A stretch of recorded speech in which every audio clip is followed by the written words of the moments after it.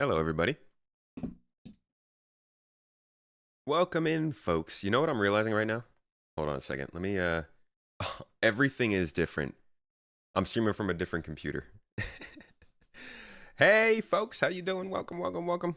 Let me restart this. I had some Star Citizen planned down here. What's up?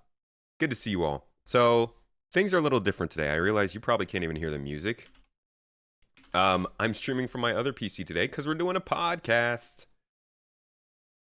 Y'all, we're doing the greenhouse today. Get this. Glutrino, hello. Rig. My friend. The miner, the salvager, the keeper of industry there in GII. Hope you're having a good day. Wise Guy. Yep, another Mike. J-Man, Chala, Brigadier Bo. Howdy, dude.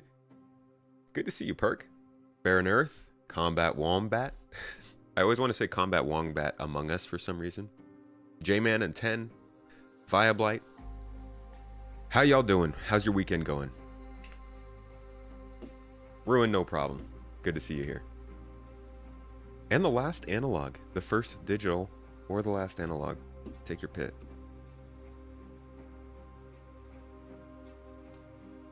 Clive. Welcome. Pooping while standing. Good to hear you're doing well. Always appreciate some good inopportune poops. Oh, why am I so zoomed in over here? I'm so big. That was fun. Let me zoom this out a little bit. Okay, so 2023. We started out with GII as a good group. Yo, believe it. GII is an amazing group. I just got out of the Daymar rally practice they're doing right now, and it was such a good time in there.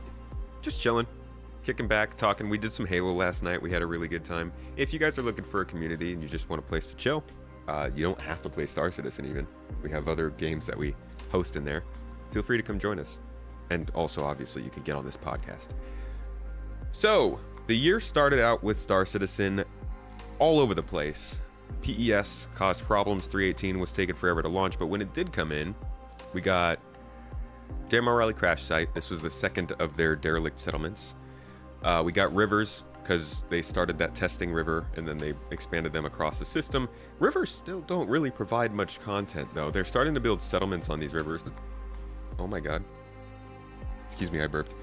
They're starting to build settlements, but like they're still not entirely there. Let me tip this up a little bit. Hey, it's Tomato. See, this is what the screen looks like if I'm not streaming from the streaming PC.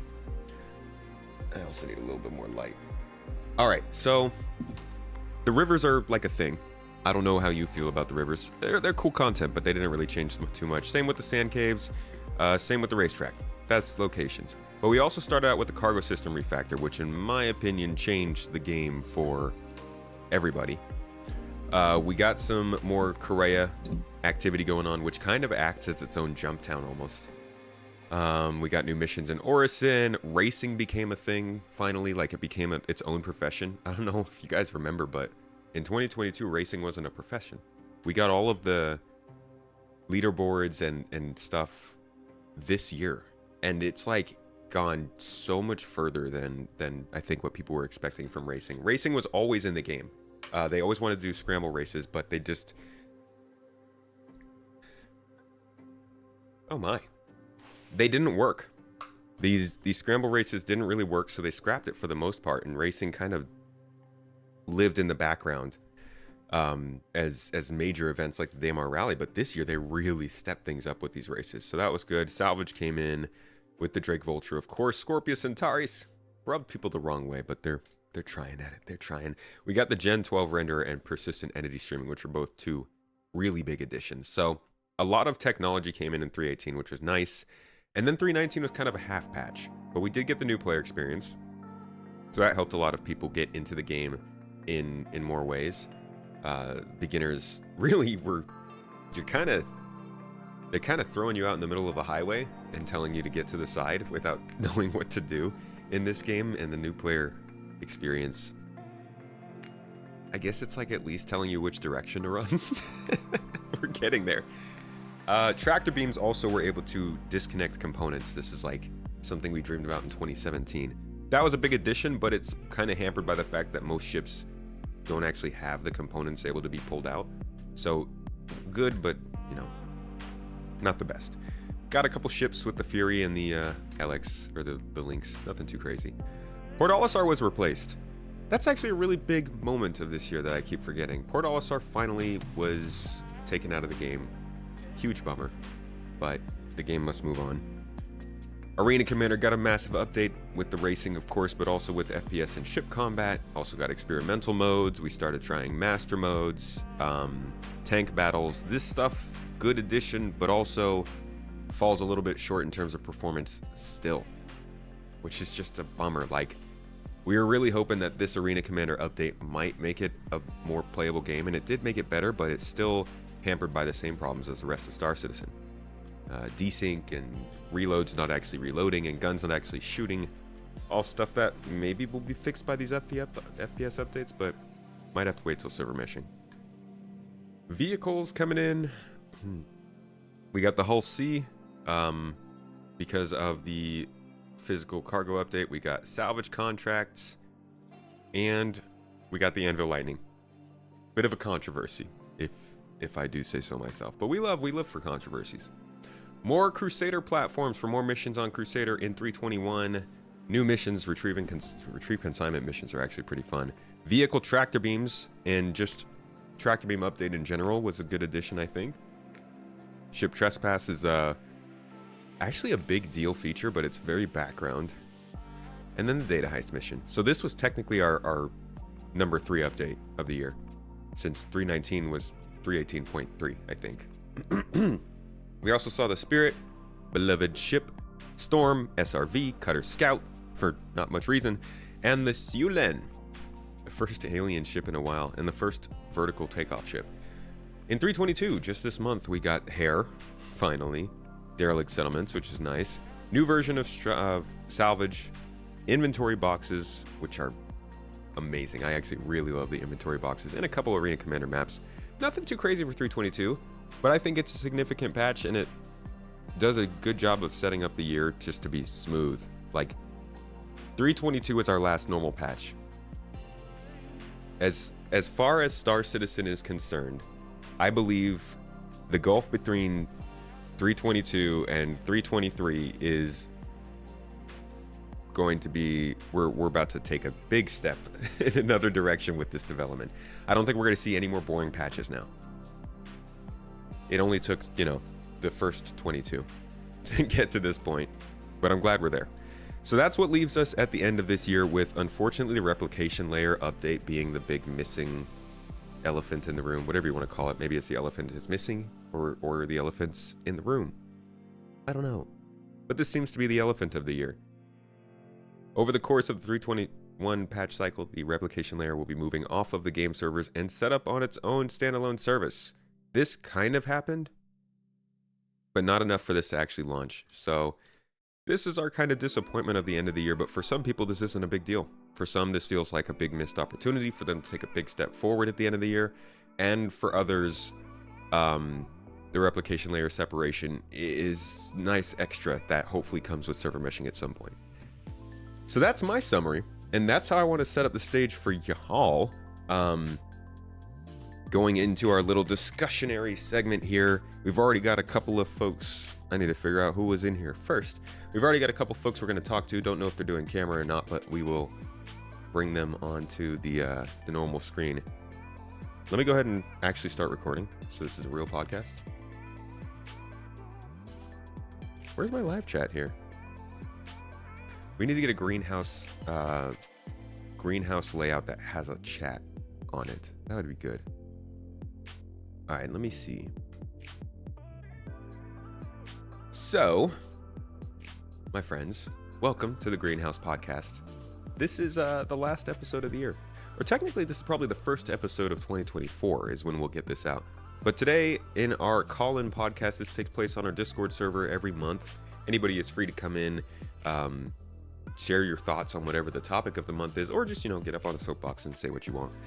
We go for about 8 to 10 minutes per person, and we like to talk about all the different things around what's going on throughout the month. And since it's December, this month we're talking about the year as a whole. 2023 had a lot of ups and downs. We had 5 updates, 4 of them being more major updates, and some of them were fun, some of them were satisfying, some were disappointing. The year overall was satisfying and disappointing for different people. So I thought this would be an interesting talk to have with all the folks together, and hopefully you enjoy. Let me go ahead and get our first guest in here. Hello, Tom. Hey, Mace. We are also live, so you can also join this if you're here for the live stream and you just kind of forgot that it's happening. And you can come in with a camera if you'd like. Let me see if our first guest got a camera.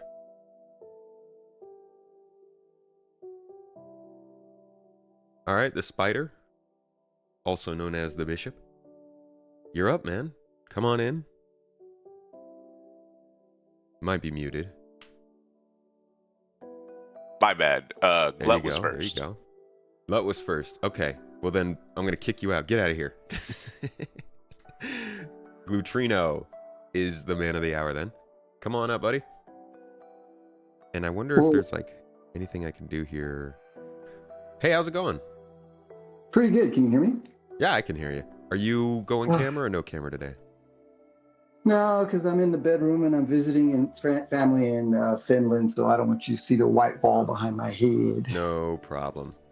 Ooh, it looks like I can actually capture my chat window. Maybe we could put chat up here in the meantime.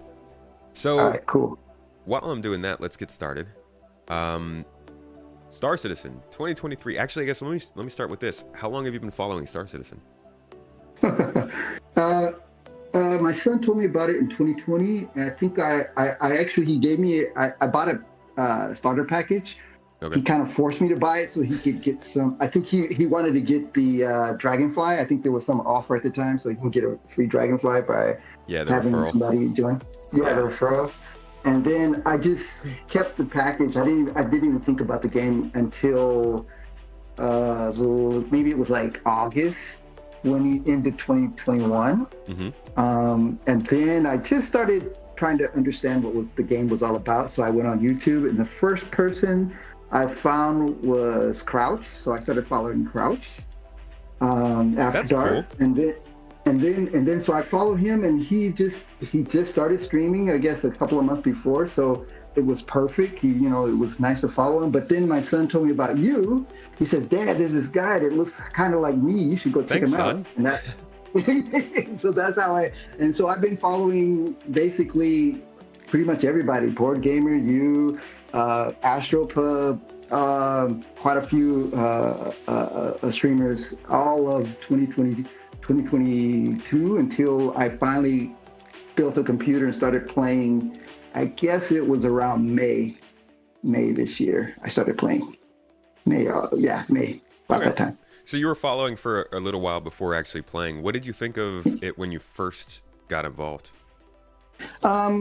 Actually, I made a mistake. It was 2020, not 2021. Oh, okay. So 2021 was when I was doing all the streaming, watching you guys. So 2020 is when he bought me the game package. But yeah, I think it was just so interesting. And I should tell you, I'm a software developer, so I totally understood the whole process of developing software. But it was just, it's just so cool because it was everything I wanted to do in a game. And I'm not a gamer. I don't play any games. So this was the first game my son could finally get me into that we could both play together. But it was just interesting to see the negative part. I wasn't expecting that background, not from you guys, not from people following the game, but just hearing what people were talking about, how it was a scam and all these different things, which I never heard about. And then when I started looking into the game, it was like, what the heck? This is like the most awesome game in the world. So I kind of fell in love with it, and I've been hooked ever since. So yeah. There is like a really interesting scenario, like experience that people get, because the conversation surrounding this game is so intense that people expect the game to also be so divisive, and then a lot of times you get it, it's just like, okay, it's a game, it's something, and it's like, it's not the greatest thing in the world or a scam, just something to play.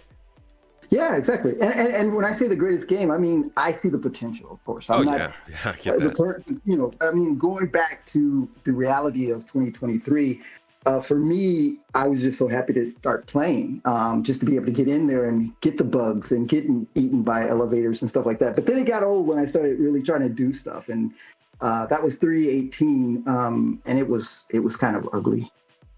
It was really ugly. Yeah, 318 was definitely rough. And I guess that kind of brings us to the topic of today, which is the year overall. Now, you got some context of years before that. How was 2023 different or the same for you, or what did you think of it overall? I thought, for me, first of all, I thought the whole idea of once I understood what PBS was about, I stopped cursing and started appreciating the effort and the changes and how, even though things didn't work, what they were trying to accomplish. So it changed my attitude a bit. But initially in 2023, I was starting to regret maybe I won't be playing this game because it was not working very well. But then listening to you and everyone else and understanding what was going on, I just kind of stopped. I didn't play a lot, and because I was still learning, I didn't even know how to do anything really.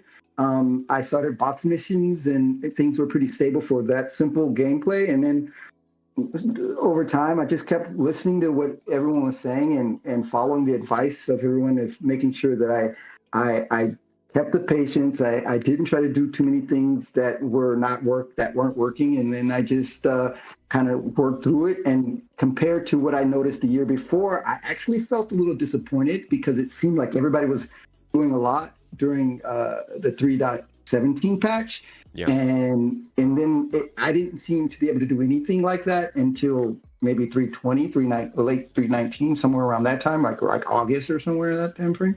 So yeah, it was hard to say how I felt. I felt kind of happy to finally be in the game and playing, but at the same time, I was quite a little disappointed. But that didn't last that long. I kind of seen the changes, and I kind of got on board, and then I think the missions.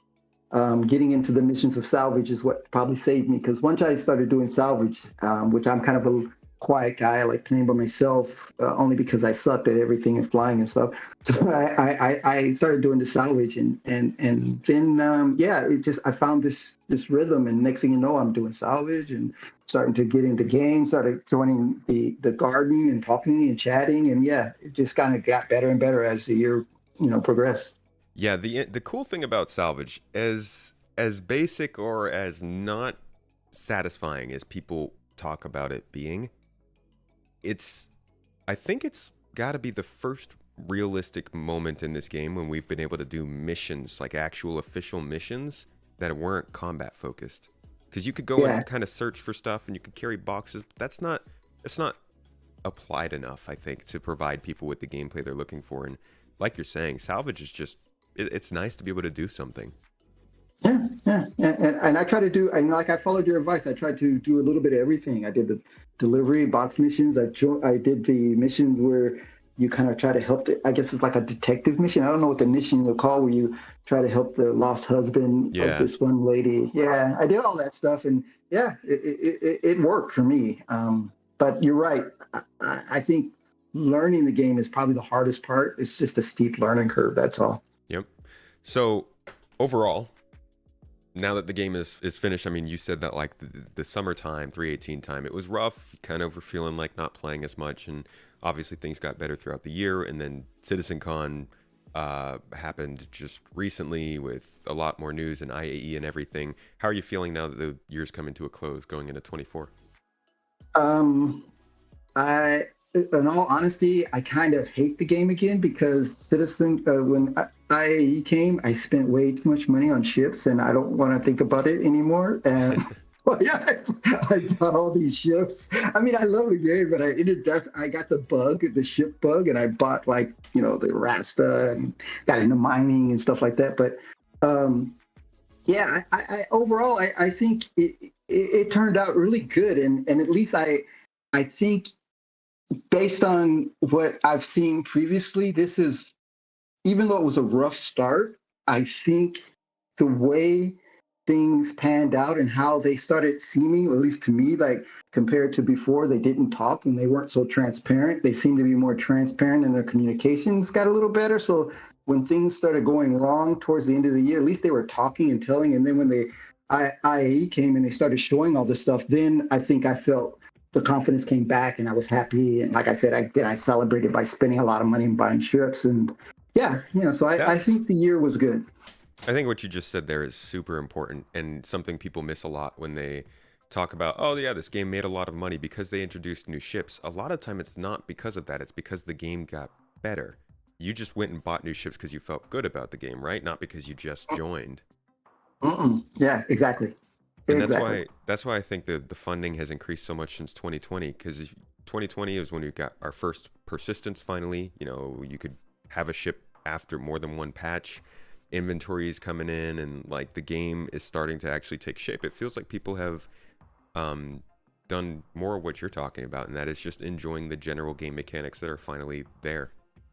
Exactly. Yeah, it was great. Cool. Pretty good.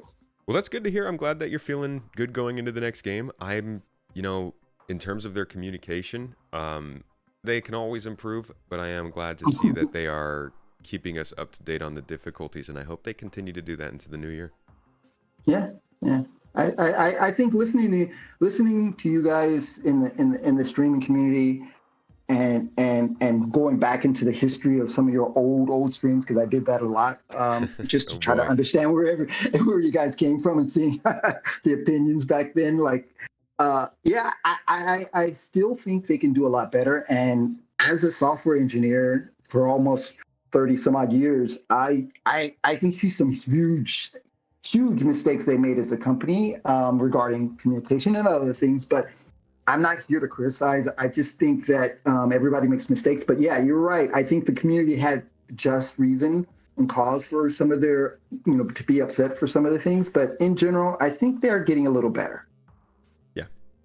They're navigating a difficult path. That's easy enough to see. Yep. All right. Well, thank you so much for giving your thoughts on this year. I hope the next year is just as fun and enjoyable. Yeah, don't we all? Yeah. All right. Well, I will catch you around. Hopefully see you around the Discord in an event or something. All right. Take care, man. Have a good one. See you later. Thank you. Yeah. Bye. All right. Our next guest is good friend of the channel, a bishop, a spider, the man. He's coming in here to share his thoughts. I think that what was said in that talk was really key, and it kind of brought me back to the whole idea that salvage isn't really that much in the grand scheme of things where Star Citizen is going to be. The additions we saw to salvage this year were good and they helped the profession, but like overall it's not that much. You're just scraping some stuff off and then pressing a button to get it in, but like the ability to do that is so much more than I mean, just going out and shooting people with ships. That's what I was doing for like 6 years. I loved the box missions, but those would get frustratingly glitchy. So I'm glad that we have an alternative now. And with the cargo as well, it just doubled the effectiveness of that. We finally are doing 6 to 10 person missions where it doesn't feel like somebody's just sitting around on a turret waiting for a bad guy to show up or something. And that's cool. That was a big change in 23 for me as well. Let's talk to Spider. Hi, Hello, my nerds. friend. What's up, Space Nerd? How's How you it doing? hanging? Are you going camera today or no? No, I don't have one. All right, let me just give me a second so I can type in your long name. Sheesh, man. You could just do Bishop. Okay, Bishop. I can do Bishop. That's easy. There we go. Bishop. Is there a reason for the discrepancy? Just different timing? Oh, so I used to go by Bishop a lot because I used to be into DC Universe Online, and my guild in DC Universe Online was always making Marvel characters, and Bishop was my go-to, so I just started using Bishop for everything. And then I did have Bishop as my Star Citizen handle, but then I started using Anansi as a character for my D&D character, and I really messed with that name, so I just started using that. So which one do you prefer? Bishop? Doesn't matter. They're both me. All right. Well, when you put them on the podcast, I'll just do a little like slash or something. Parentheses, Bishop, Spider, whatever. How you doing, dude? Doing all right, man. How are you? I'm good. Looking forward to a new year. Me too. You have a good year in Star Citizen this year? I had a fantastic year in Star Citizen this year. I personally didn't have the troubles with 318 that other people did, and I feel for those people, but I'm sorry, I was lucky than a mug, so I'm happy with that. So my experience this year has been pretty smooth. Okay. So then, overall, how does it compare to previous years? So, I really only started playing last year. I first played the game back in 2017. I didn't get it. Like, I didn't understand it. The only thing to do was go to spawn at Port Olistar, and then I think I think Grimhex was around, and I think that the only mission that I was able to do was the Kovalex hub. You're saying? And I went 2017. You said? Yeah. Dang. Yeah, there was nothing to do. You're right. Yeah. So like, I tried playing the game, and I was like, this kind of sucks. And then somebody killed me. And then I didn't have I didn't know how I died, and I was like, this sucks. So I just literally ignored the game for like maybe another 2 years until Lorville came out, and then I was like, I didn't know that Lorville came out. I just like was I had the game downloaded, so I was like, okay, I'll give this a try again. Spawned in, saw that there was a city. My computer couldn't run it for a dang thing, so I was like, oh, this really sucks. So I ignored it again until last year, where a buddy from work was talking to me about it, and he ended up showing me around on his MSR, took me flying around. We did a couple of missions, and I was like, okay, I see it. I'm with it. And then I started playing more. So I really only started playing like the last couple weeks of 3.16 until now. So you've been playing 2 years. Wasn't 3.16 last year? No, 3.17 ended last year. 3.16 would have been the previous December.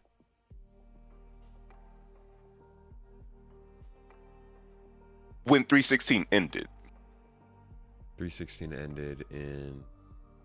So it's like summer, I think, or March of 2022? That sounds about right. Yeah? Okay. Yeah, so that's like... How long would that be? Like 20 months maybe or so? Almost 2 years. So, what did you think of...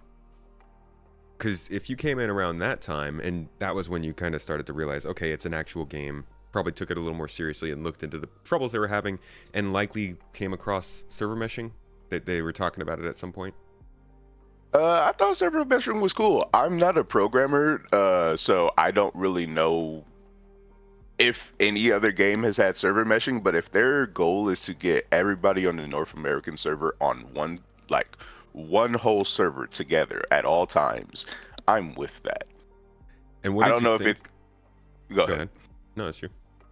I don't know. Again, I don't know if any other game has done that, but like if that's their goal, then dude, I can't think of any other game that does that. It's ambitious. There are a couple games that do server meshing in different ways, and I guess that's the interesting part about the tech is like it's different every time. But what did you think of the communication behind it? I think a lot of people are very split on the way that they shared progress on server meshing, and obviously this year a lot of people were expecting it to come in, and it's not here yet. Um, are you just kind of sit back and wait for whenever it comes in? Do you want to see more progress on it? Are you satisfied with CitizenCon? How did your feelings on that change throughout the year? So I feel like a bunch of people take the communication that CIG gives out for granted. I've played so many games in my life, and then as I really like to brag about, I work QA for a living. Um, I can't think of any developer who's this open with, hey, this is what we're working on, this is what we're expecting. Hey, Would you this is a new. Oh, go ahead. would you say there is any other developer that you think has put themselves in a position that they should be doing that? So I would guess the first argument there is obviously with a game like the way they're building it and asking for so much money, this is expected. And I always wonder, are there other games that people would feel or should be held accountable for sharing that much information? Honestly, no, because developers want to play things close to the chest. They want things to be a surprise. They want their fans to be pleasantly surprised when their game or their update hits and somebody can go in and experience the new thing, the new hotness, and be like, holy crap, they really worked on this. This is super cool. They put in the feature that, so I work on a yearly title specifically. They put in a feature this year that we've been asking about for a couple years now. This is so cool. We're super happy about this. We're super excited. That's the experience that people want. They don't want it to be like, oh, hey guys, we're working on this, because a lot of things can happen in the time that somebody says, hey, we're going to work on this, to the time that it's released. And sometimes it cannot work out. So like, they want to put a special type of mission in the game. They prototype it, they give it to QA, they figure out that it doesn't work, so they can it. And then the fans are going to be like, oh, well, we canned it, sorry. Oh, but you said that you guys were working on it. What happened? Yeah. And you do QA, right? Yeah, I do QA with a little bit of customer service in it, so I take a bunch of the tickets that some of our players will put in about issues that they have. So you are used to then looking at a game that is publicly released, but seeing a feature maybe that's in development for that game for like 6 months and nobody else knowing about it. Yes, 100%. It's it's also weird with this game because it's like they want these features to be available for everybody. They put this out, so early access games are weird. You're working on it at the same time as you're making it playable. Mm-hmm. That sucks. Because I can tell you about the number of crashes that I've seen over the dumbest things. Like things that you wouldn't expect to crash a game, crashing a game. So I can only just guess about what CIG goes through with their bugs. Because if all of the bugs that we've experienced in game are the ones that just slipped through the cracks or wasn't able to be patched out in time, imagine the stuff that they did catch. Yeah, man, it's and that goes back to this year and the difficulty of it. It was a turbulent year to begin with. It's a pretty stable year to end, but we know that there's probably going to be some rough patches in the immediate future with server meshing. But how did you feel like the game progressed overall throughout the year? Are we ending significantly better than we did at the beginning, or is it something that maybe it just feels like another normal year of progression? What's your take on I the year feel overall? like I feel like this year is leaps and bounds better than last year when I started playing. Because what happened with 317? 317 was that unintended wipe, right? Where they gave everybody that stipend. Yeah, 317-2, I believe. I don't remember anything that came out last year, except for I don't. That's the only thing that I can remember about last year is that stipend happened and everybody was rich. That's the only thing that I can remember. But this year, what did we got? We got PES. We got the cargo refactor. We got salvaging. We got munching. We got the tractor beams. We got a whole bunch of different type of missions. We got the Siege of Orison. We got the Orison platforms. We got a bunch of the derelict settlements. We got the rivers. Like, bruh, they're making progress. Now you And got to it's come back and see how much of that you remember in 12 months. feel like I could remember that. That's a pretty big list. I agree with you. The stuff that we got this year, specifically, I think PES, Gen 12, the cargo refactor stuff, and the salvage stuff are monumental to the game. Those are definitely like when you go through the list of what was added each year from 2013 to whenever the heck this all happens. I would say that there's more on this year's list than last year's for sure. I'm agreeing with you. I've seen the videos that you posted going through like, hey, this is what happened this year in these patches, and yeah, this is a huge year. And if they keep this momentum, then I can see this game being great. It's already my daily game. It's my favorite game that I'm playing right now. I've tried a whole bunch of different space games. I used to no life the mess out of Warframe. I tried No Man's Sky when it first came out. I've tried Eve with that same friend who got me into Star Citizen, and I still didn't tickle what I wanted. This game is I'm excited for where it's going. I only see up as a direction, which is why I get irritated whenever I see the BS Reddit threads. I mean, it's fair to have, skepticism and negative opinions about how things are going. That's why we want to do this show. Somebody might come on today and have really good reasons for not feeling great about it, but I agree with you. I'm feeling positive about it, and I think things are looking good. I do worry how their expansions are going to go, because they're looking to grow a lot, right? And once this game gets more eyes on it, which I think will happen next year, everything sort of changes. I mean, there's going to be a lot more pressure. The pressure to release features, I think, faster will become much higher. Like engineering, for instance, if they announce that in 2024 instead of, or I guess they didn't announce it, but if they introduced the idea of it in 2024 in ISC and then said, yeah, this will be coming sooner than you think, and it was 18 months out, I think there would be a lot more sort of backlash to that than there is right now.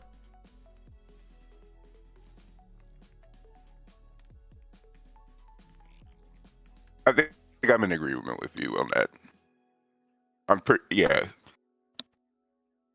Do you think that it will go more mainstream? I hope not. I hope that they attract enough people so that the game will be able to still support itself with new players getting roped into buying new ships. Okay. It's always nice when the game. Well, it's always nice when the game can survive off of ships that are, say, under $70 being sold, like starter ships and people just jumping in. That's great. The less they have to depend on people buying massive ships, the better. Oh, for sure. I've tried getting a couple friends into the game, and I tell them, hey, just spend the $45, try it out. If you don't mess with it, sorry, just refund it. It's $45. Oh, but don't you need to buy ships? No, you can buy them in game. People don't understand that this is still a game. You can still earn stuff in game. It's a common thing. People think that you need to spend a lot of money to play the game. Yeah, and like I think I'm at like 1,000, maybe 400 over the last year, and that's just because MSR, spirits, and then the F8. That's it. Nice. Okay. And I only got those because like I want to support the game, because I've definitely spent more money on Warframe and League of Legends than this. Yeah. All right, Spider, I'm going to get somebody. We're going to start the next session, man. But thank you for letting me know all your thoughts. Thanks for hopping on here. Of course, anytime. Adios, nerds. All right, see you in the next one, dude. All right, next up we've got Earth. Your boy Earth. Every time I say this man's name in, like, when we're playing the game, because our comms are, never mind, it's too much. Let's get Earth in here to talk about Star Citizen in 2023. Tell me something, man. Tell me the prophecy. How did it go? Was it amazing? I come to say Earth to Tomato. Earth to Tomato. Every time. How are you? Good, man. You? I am good. I'm good. Good. I was excited. Go ahead.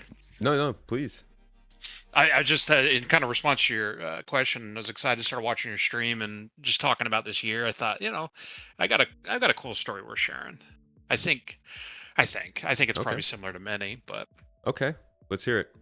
I think like you were just talking to Bishop about if next year is going to bring on a lot more people. I think 2023 is evidence, in my opinion, that it definitely will.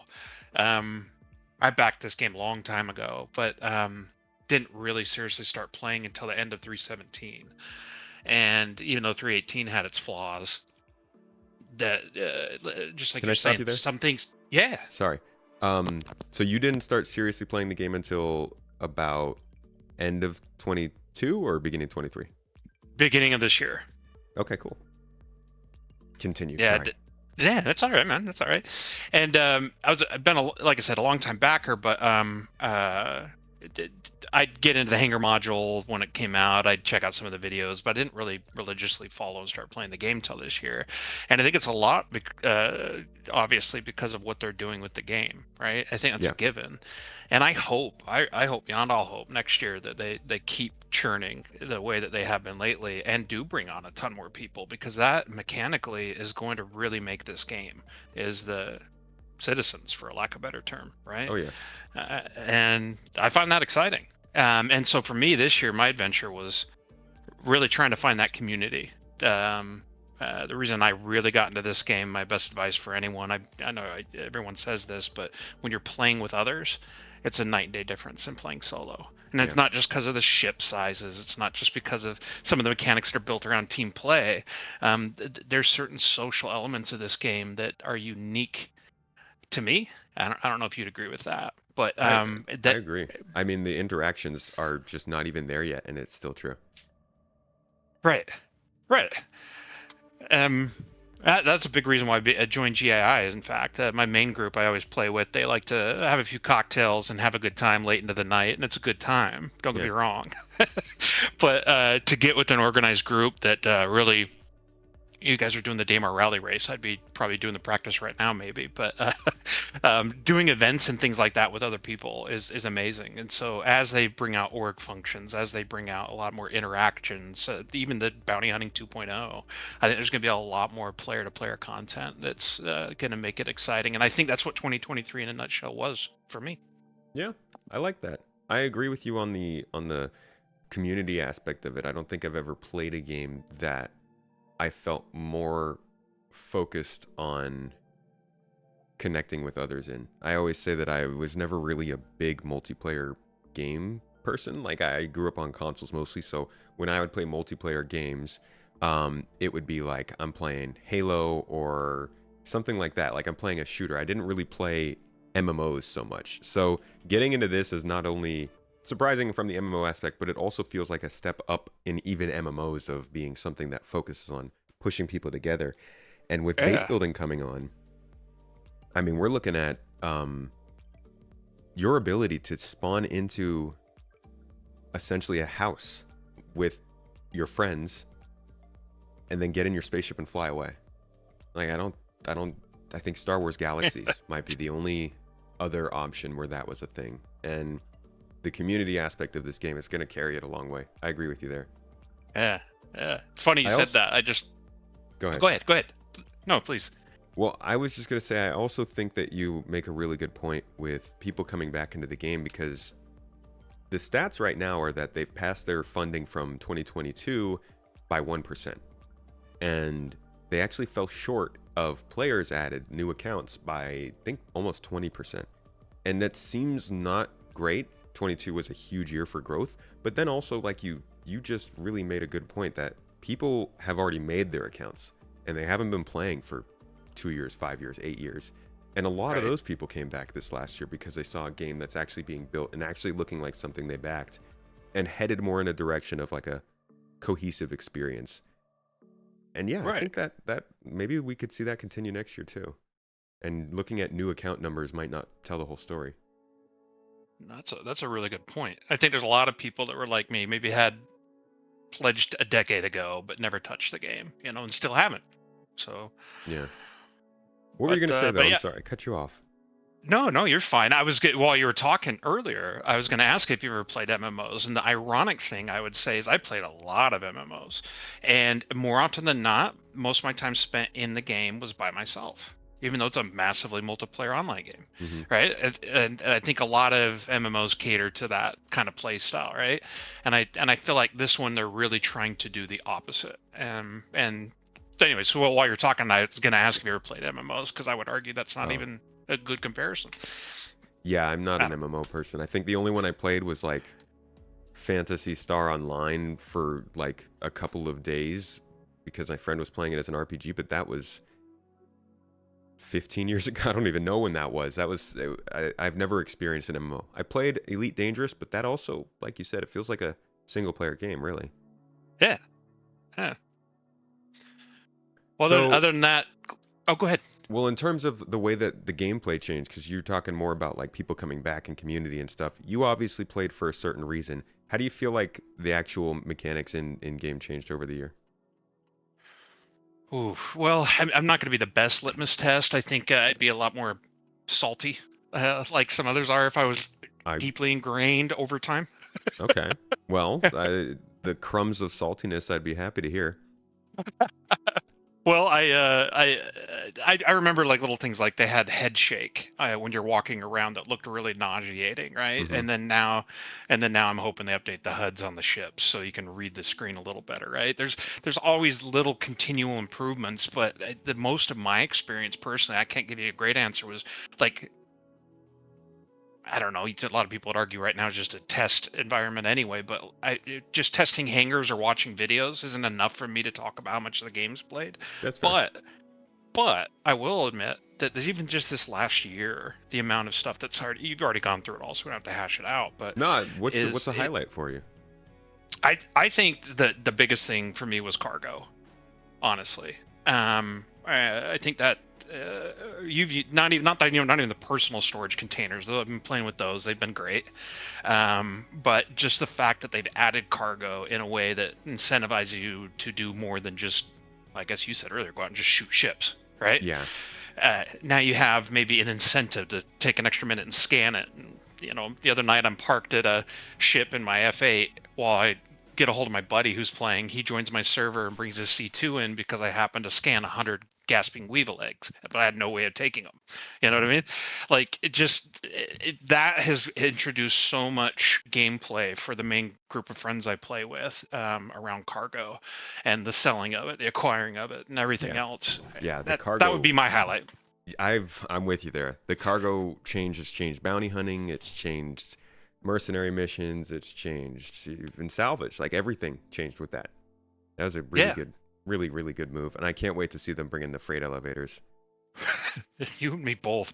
If I don't have to park my ships outside and then fly another ship into it when I want to have multi-ship crew, then I'll be happy with those hangars as well. Yeah. And it's those kind of like those changes that we're seeing that are like a cross between a quality of life change and like some really major thing that deserves to be its own feature that keeps on making this game so much better over this last year, in my opinion. Yeah. No, well said. And the last thing I'll say, like, the one thing I'm looking forward to, once they figure out servers meshing, really figure it out, and this truly becomes a lot more multiplayer, it's going to be a whole different game. And not for, well, maybe for the obvious reason, but in my opinion, like, selling illicit drugs at Brio's Breaker Yard on a 11 population server is nice, but it'll be a lot more fun. And I'm a little twisted, but to me, it'll be a lot more fun if there's always a constant threat when I have to go sell those. You know, so I think that's what I look forward to. Agreed there. All right, Earth. Well, thank you for coming on and sharing your thoughts on the year. I hope next year is just as positive. Yeah. We'll Earth out then. Have a good one, Tomato. I'll see you in an event sometime soon. Okay, sounds good. Yeah, I think the point that because I look at these numbers of people joining this last year, and I'm saying to myself, well, you know, the Elite Dangerous Exodus really bumped up 2022's numbers, and also all the YouTubers who started playing that year helped. But to think about what the difference is between a bunch of new accounts joining because the game gets all this marketing that makes it exciting versus a bunch of old accounts that were inactive coming back to play because they realize the game that they backed is being made. I wonder what kind of differences there are in the message being sent or delivered that decides what the balance is between those two people, or those two groups of people. Now we got our next guest coming in here, Mr. Drophammer, going to be talking to us about some good old Star Citizen 2023. You'd be surprised, but we are actually continuing with the same topic. Let me bring him in and see what you got to say about how this year's gone. You can go ahead and accept the invitation to speak, and it'll drag you right up here. I also agree, by the way, in chat on the org mechanics. We were supposed to get org mechanics before persistence, but I don't know. Drophammer, how you doing? Hey, Tomato, how's it going? Good. Good to see you. Are you joining us on camera or just Mike? Just Mike. All right. Well, welcome in. You feeling good about Star Citizen, or you a little perturbed? Well, yeah, kind of mixed. You know, I think the year ended off pretty good, but the mixed aspect of it is that there's a lot of guys that I played with who, you know, didn't like it so much, and so they stopped playing, and that's really where I fault CIG. And is that a certain time of the year, or was that just the year overall people were dropping off? Well, definitely with the launch of 3.18, people were having issues. But then even after that, as more features were coming on, you know, some of those new features would break other things, and you know, when they would break a game loop that someone really enjoyed, right? I mean, there's plenty of other things to do in the game, but you know, sometimes people like what they like, and I don't blame them for that, right? And they would say, hey, I'll come back later. Yeah, this game can get incredibly frustrating. We've been talking positivity this whole show about the direction of the development and like how the game can feel to play, but in general, when you play this game, it can drive you nuts. It's worth acknowledging that. Would you say that the people who were dropping off were longer term players, people who were just kind of getting into it for the first year, or? Well, I think they played longer than I have. I mean, I haven't been playing that long. I started like September of 2022, and so to me, this was like a whole new thing. You know, I was moments away from purchasing Elite Dangerous when, you know, just like a YouTube search brought this game up, and I was like, oh shoot, no, this is the game I've been looking for. But yeah, other people have backed like, you know, way earlier, and so I think the frustration kind of builds up at that point. Yeah, definitely. We had an episode of Citizen Central towards the beginning or the middle of the year, and we just kind of talked about like when is the right time to take a break, because a lot of people, I think, push themselves to play this game when you don't need to, and that can ruin the future experience, which is actually what you were waiting for. How have you felt personally? Well, I mean, personally, I love this game. You know, I mean, I play as much as I can. It's just, it's got so much in it, and I'm not even, you know, I've been trying so many different game loops that normally in another game I wouldn't play. Like the games I played before were like first person shooters. You know, a lot of people like Halo. The closest thing I got to MMO before was Destiny 2. But yeah, like I think I've heard other people on your podcast talk about, you know, you play a game like Destiny and you're like, oh man, I want to fly that cool ship, but I can't. Yeah. And so, you know, I found this one and I was like, oh shoot, I can actually fly this ship. You know, I played other I played other flying things. I got like a flight simulator. I played Rogue Squadron, or not Rogue. Yeah, what's Rogue Squadron? Where you're flying in all the Star Wars ships. Star Wars Squadrons, I think. Yeah, Star Wars Squadrons. There you go. But yeah, like the two never came together, right? Except for now, it's Star Citizen. Right. Yeah, being able to like be a person and also fly a ship. Exactly. Yeah, I think that's what pulls people from. I guess that's kind of what pulled you from Elite Dangerous when you were looking at it and went to this. It's like you want to be able to get out of your ship and go do things. You also want to be able to see ships and like you said, just like hop in it and fly. But yeah, when the gameplay isn't keeping up so much with that experience, it can be rough. What kind of gameplay are you generally into? What's your goal in Star Citizen? I mean, well, mostly I just fly around shooting stuff. But I think the first when I first got the game, I upgraded to the Avenger Titan. I was like, okay, hey, this can do a few more things. And then I saw the MSR, so I got that one, and I'm like, okay, this is more in line with like how I want to play the game, even though it doesn't have its main function of like the scanning or data running yet. It can carry, or I can carry other vehicles. You can do box missions.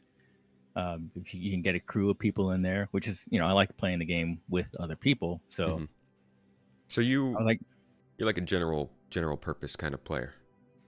Yeah. And do you feel like that experience took a turn up this past year for you?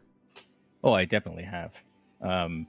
Because with the cargo's been added, right? And so I don't really salvage or anything. Like salvaging wasn't my thing, but when you could steal the cargo from them, that's when I was like, okay, cool, I can do this. Yeah. And then they added tractor beams and stuff to salvage, and so I tried doing some salvage in the Vulture. At first, I didn't like it, and I thought, I could just I'll just carry the boxes, shuttle the boxes to the selling point when other team members are actually scraping. But now salvage seems a lot more fun. It's nice that you can.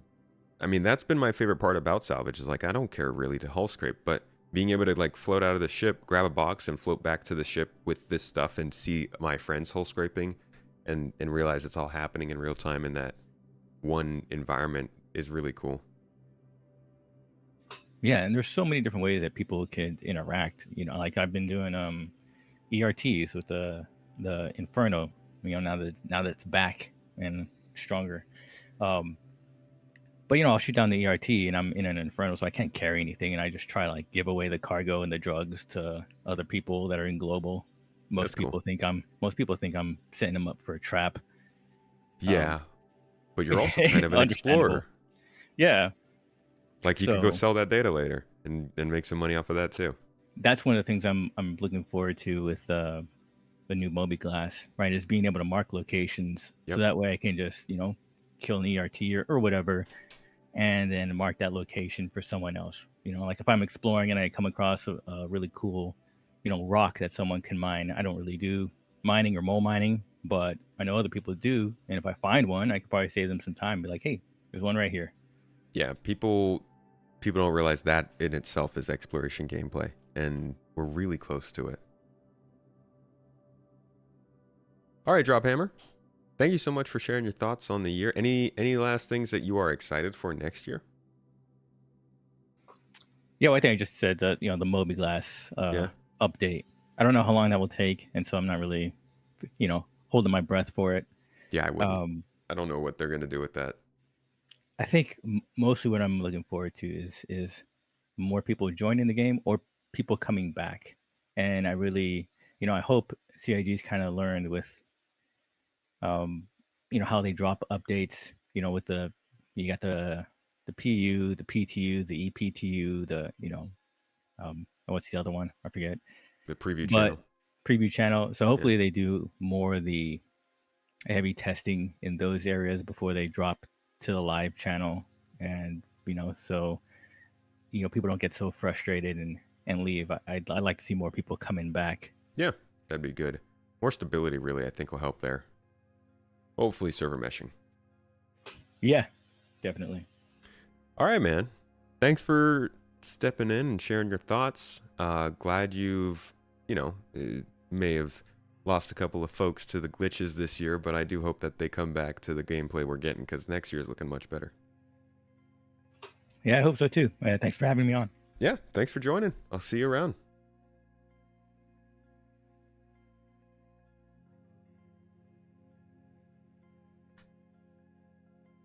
Interesting idea that I mean, there's a lot of like little things that happen throughout the year. You have random bugs that'll hit you that are like persistent, but you haven't seen them in 5 months, and they hit you at just the worst time, and it makes you quit the game. And that's what gets these buggy games. It's not that you're having all of the bugs all the time all at once. It's like you get one specific small bug that happens at the worst time and you're done. That's like what happened to Starfield. Starfield's not that buggy of a game, but because of the times when those bugs hit, just because they were happening more often than your normal video, people talk about it a lot more, and it hurts the game, and people play less. That's happened to Star Citizen, and there's a lot of bugs that they need to fix. There's a lot of progress they need to make on stability. But long term, at least, I think they've been making forward progress. I really do hope that server meshing does what we're all hoping it does when it helps with that, as well as the Gen 12 renderer. Seems like it's set up for that kind of thing. I don't think people are too fragile. I think there's a certain limit that everybody has that's reasonable for a product you're paying for, and some games, like if a game is released, I get that. Now, Star Citizen, obviously, it's an alpha. It's going to be glitchy. You should expect that. But like if you jump into a game like Cyberpunk and you've paid a certain amount of money and you're giving up time that you could be spending with family, with watching a movie, with reading a book, like you're actively putting time away from other things to put into this because you spent money. I don't blame people for being frustrated about that. It's like going and seeing a movie and then that movie is trash compared to what they told you it was going to be. But yeah, it's different, I think, when it comes to things that are in an alpha or a testing situation. But our next guest, T. It's not T. Discord is just showing it as T. I hate Discord does this thing. E-boy Jenkins. There we go. See, now my spelling's not great, so I'm going to actually still have to pull it up, unfortunately. What's up, man? Hey, how you doing, Space? Pleasure to meet you. Want to say hi to you, Mrs. Tomato, and the lovely organization you've set up. It's fantastic. Well, thank you. Glad you've been enjoying it. I hope you've been enjoying Star Citizen as much. We did not have anything to do with that, but... I'll share my video since I guess I'll be the first one to do it. Oh, you're doing camera. Okay, actually, Mrs. Tomato will send you a link for that, and I'll get your camera there. Sure. Make it a little bit easier for me to get it from there. But in the meantime, how about we go ahead and get started? What did you... Start out by asking, when did you start playing Star Citizen? I think that's... well, to put it short, I think around 2.0, 2.1. So, beginning of 2016. I actually bought my computer specifically to be able to play Star Citizen back like at the end of 2015 because I kind of caught wind of the game again after I had initially seen the Kickstarter back in 2012.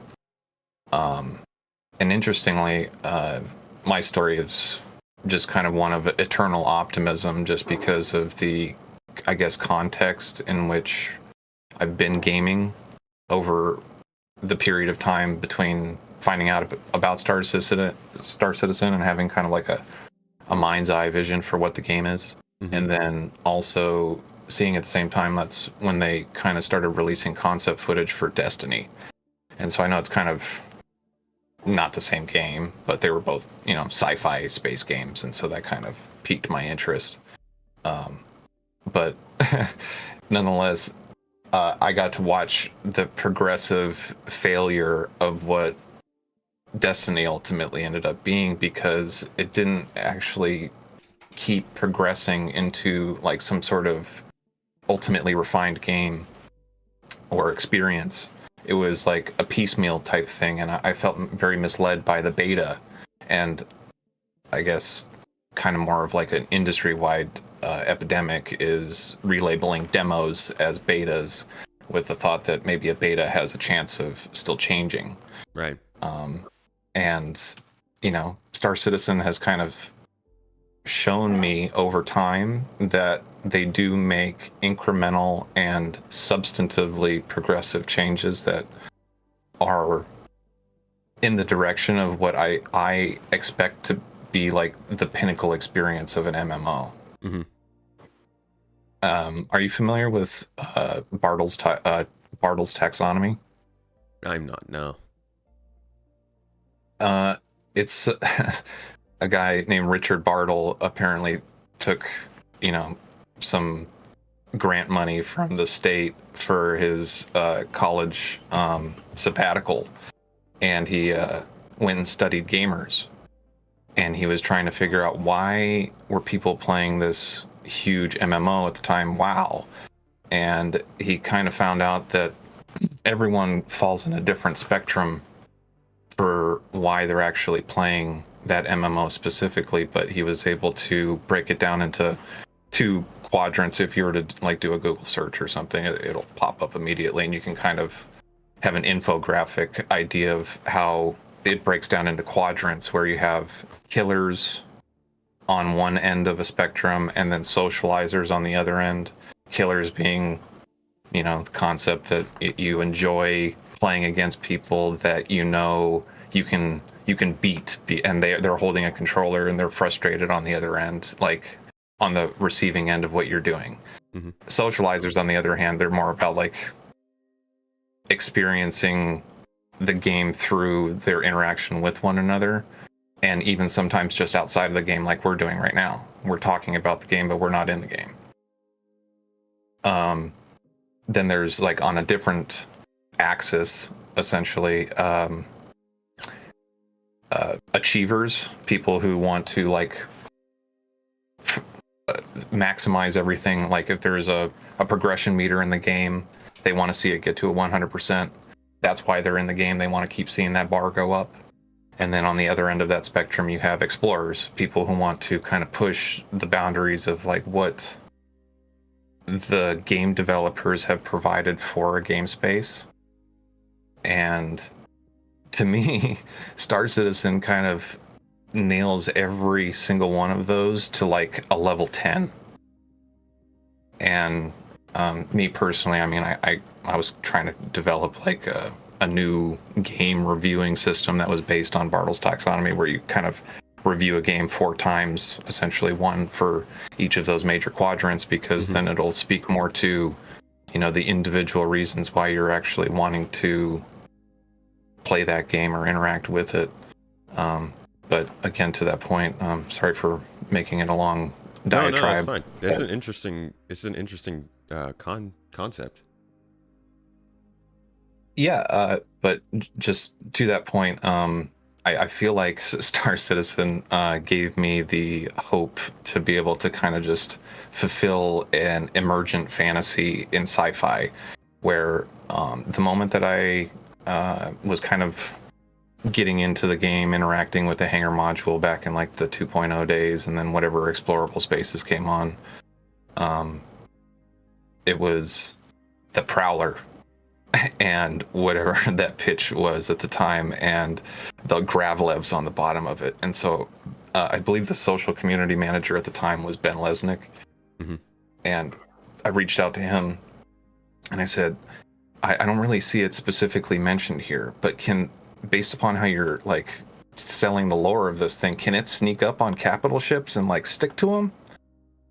And he was like, yeah, that's absolutely like an intention that we have. And I was like, oh my God, my mind just like, oh, I get to sneak up on like a capital ship of like 70 or 80 players potentially if it ever works out that way. And then we can do all sorts of different dynamic gameplay, whether it's through the social elements of the game because of like politics or bureaucracy that's going on, or it's just like, you know, random fantasy to go in. Like you can either in a sense, I guess this kind of gets into the topic of whether you're trolling or harassing people, but yeah, you know, move stuff around on people's ships, get a reaction, kind of see what it's like to be a little bit more anonymous in the game. I think you're making a great point about well, the whole Bartle's taxonomy and how people are kind of going about doing different things in the game based on their play type. Who do you feel like received the most love from those categories this last year? This last year, I would say exploration, and the game's already been good at harnessing or capturing, like, I would say a mature adult male's like fantasy for science fiction, and so the social elements of the game are always stacking because of any new feature that comes online. There's like a social element tied to it, and I think that those two main areas are what's kind of expanding the most. And I think that as far as like achievement, like achievers, they're going to be the last people to get any satisfaction, because reputation and all of those like fine moving parts that interlink with one another are going to be like the last things that kind of are developed, from my presumption. Yeah. Obviously they wanted to attract mainstream audience in the beginning, so you have to have Arena Commander to do the FPS module, you have to have like the dogfighting module, you have, I mean, I've tried to get my friends into the game and they're very much console players, like I am too, and so they love twitchy, fast-paced, like just in and out gameplay, and Star Citizen is definitely not that. Yeah. And so for my friend that's very much in that area of like, he has no attention span. Yeah. I mean, Star Citizen grates on him. Do you think that Arena Commander would help with people like that though? Like, would they actually be interested, or is it still not the game for them? Well, I still take the game for how they disclaim it every time you boot it up. It's an alpha. My friends, they don't have time for that. They don't think of those things. So if it's not as refined as Call of Duty, why would they put the time into it? Yeah. And that's been the tenor of response that I've gotten from them, is if it's not as equally refined, and I can't do my battle royale sort of drop in, for 20 minutes and try to survive amongst 100 people amongst like really, tight gameplay, then they feel like it's a kind of a waste of their time. They're all, the majority of them are dads, and they feel very much shooters. Like gaming is on the fringe of what they're capable of doing anymore. Yeah, that's fair. So would you, I guess, to wrap things up, bring it around full circle, do you think that 2023 has made progress on that front in being able to attract people who are looking for a game that just works and is just allowing them to get in and actually make some gameplay real quick? I mean, 2023, maybe not. It's probably more of what the prospect of it is now that CitizenCon had happened, and you get to see all of those upcoming features that are definitely on the horizon. Mm-hmm. I think that 2024 makes for a great bedrock that people can start to rely on for every one of their like gaming fantasies to get involved with. But even still, 2024 might not be it. It's just only going to be that bedrock for actually having like all of these components that are on a really high level that meet more or less the quality of all the other kind of double AAA games that we see nowadays that would otherwise be contenders. No Man's Sky nowadays is probably the main game to contend with, because it's got so many features and so many of those like dynamic capabilities across the Bartle's taxonomy. You think that Elite Dangerous wouldn't fit in there better?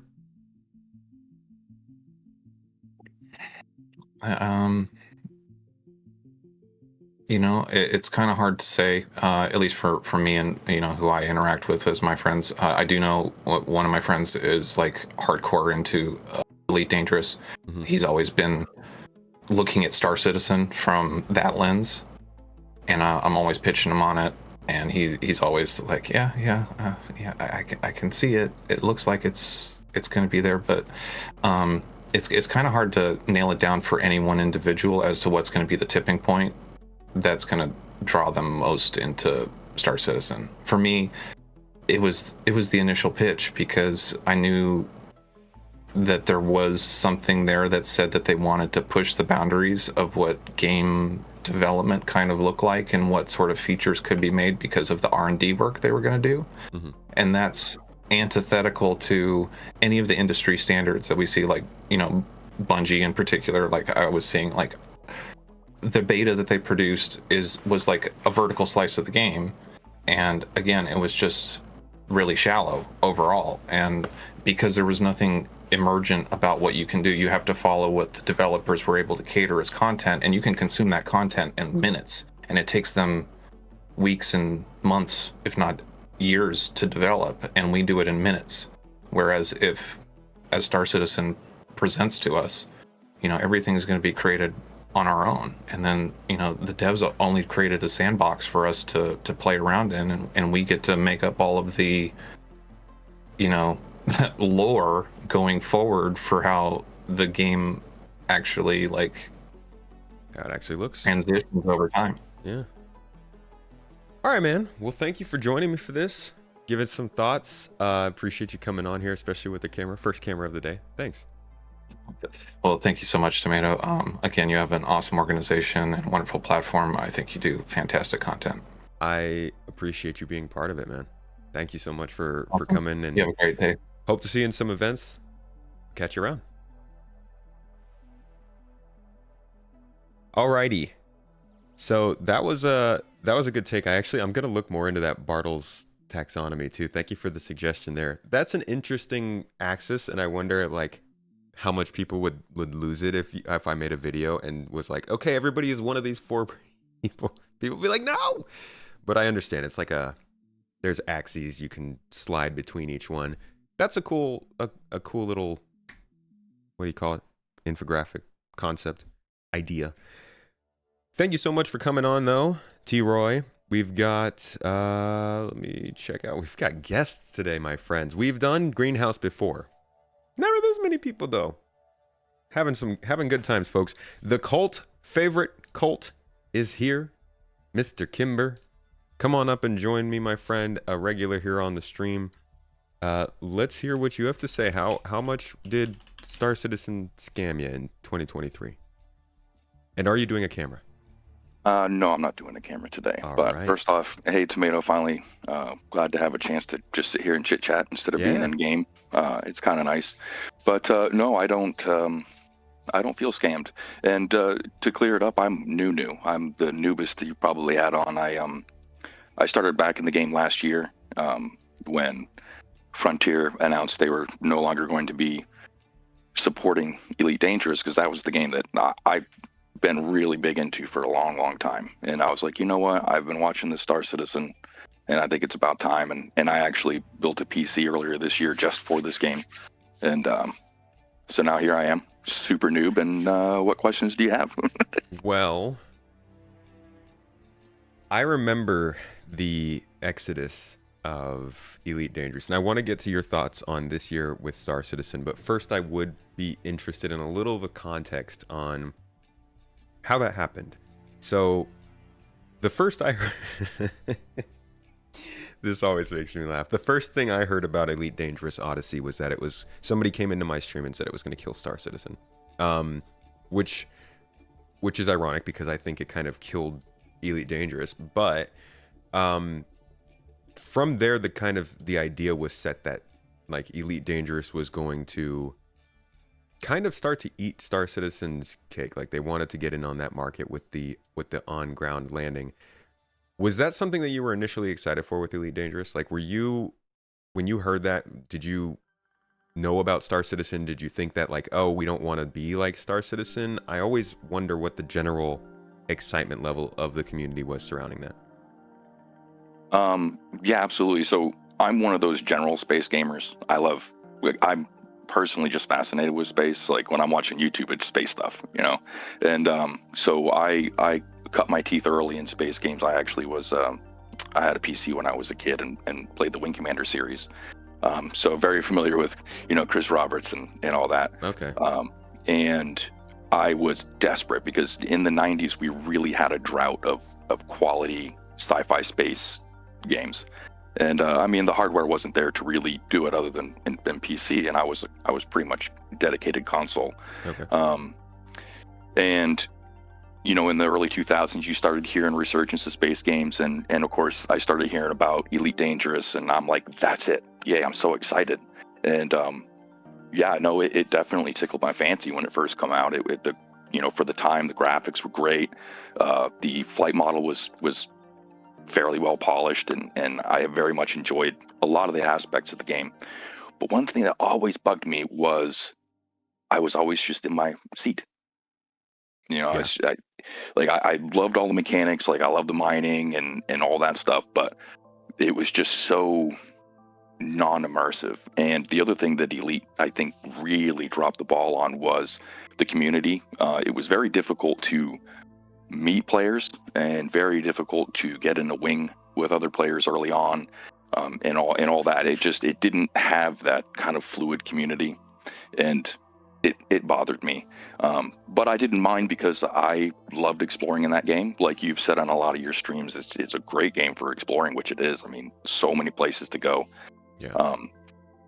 But I started hearing about Star Citizen, and I'm like, oh man, I can actually walk around inside my ship.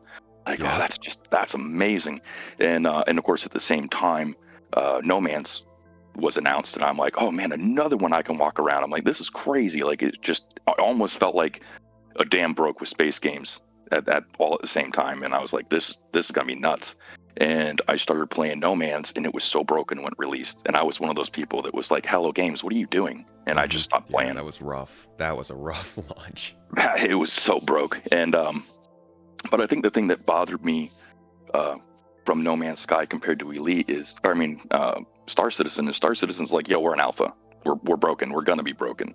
But when a finished game like No Man's came out and it was that broken, I'm just like, oh. And I didn't play it for a really long time. I did get back into it for a little bit, but I never had the PC to run Star Citizen. And when Odyssey come out on PC from Elite, I'm like, oh, here we go, because they're like, we're gonna release it on PC, then we're gonna release it on console. And they released the biggest broken update. I'm sure you've heard all about it. Yeah. And they removed it from PC. They're like, we got to fix it. And before they re-release it on PC, they're like, we're never going to release it on console. Sorry, console guys. And I'm like, no way. Yeah, that felt like the nail in the coffin. It was for me. I had a glimmer of hope because, see, I was the Elite player. I had a fleet carrier. Like, I had all of it. And I even took their offer to swap over to PC, but I just was so burnt and so hurt. And then they announced they're just not going to have any updates for console. And I'm like, that's it. And then I basically saved up, built a monster PC, and I am 100% satisfied. I mean, I know that I'm coming in at a time when the game is releasing a lot of content, and I think that's exciting. I've gone back and watched a lot of your old content, Mustacheless Tomato. Oh man, it's actually funny. I don't do mustaches, so that's funny you point that out. But you know, and you would always say where the game was going, and I'm like, man, it seems like I came in this game at the perfect time, and it really, really feels that way. But yeah, that's how that all started. That's how I ended up over here. Like Elite, I was one of those guys that got burned. Yeah, that's rough. I mean, I think I was never a huge fan of Elite Dangerous. God, I love the sound design of that game. Of any game there is, I think that was my favorite sound design. Yeah, but the Corvette in that game, amazing sound. Or like big ships coming out of witch space. Oof. But yeah, it's like, it's one of those games that's gonna I'll always remember it as like, man, this is a great idea and a great thing, and it's not working. It reminds me kind of Crysis. Like, Crysis is such a cool game, but nobody could freaking run it well. Elite Dangerous, it could have been the best exploration game ever, and maybe it still will be. But I'm not glad for what happened to it. I am so glad for how it's bolstered the Star Citizen community, though, because all of the people who have come over from Elite Dangerous, from, you know, anybody who's just joining an org and getting involved, to full-on content creators like Black Maze, who helped kickstart the racing community, have helped shape Star Citizen, and it's been cool to see this place grow so much over the last year and a half. Go ahead. I think that you're kind of touching on something there that I wanted to bring up, which is the community of Star Citizen. I honestly think that that's probably the largest separating factor from Star Citizen to Elite and to No Man's. Now, No Man's is great. I'm not going to take anything away from that. Where it is now as a game, I'm happy for Hello Games. I think they've done a wonderful job kind of turning the ship around. I think personally, I think Elite's in a lot of trouble, but I think the community is super special in Star Citizen. And, you know, Bishop was touching on something about the quality of players coming over, where he's like, I hope the game can survive on just the people that like want to be here. And I think it's going to be that way for a long time. I don't think Bishop has anything to worry about, because, you know, this is an alpha and it's very broken. And the kind of people that are going to play this game and stay are the ones that are super excited about the direction the game's going.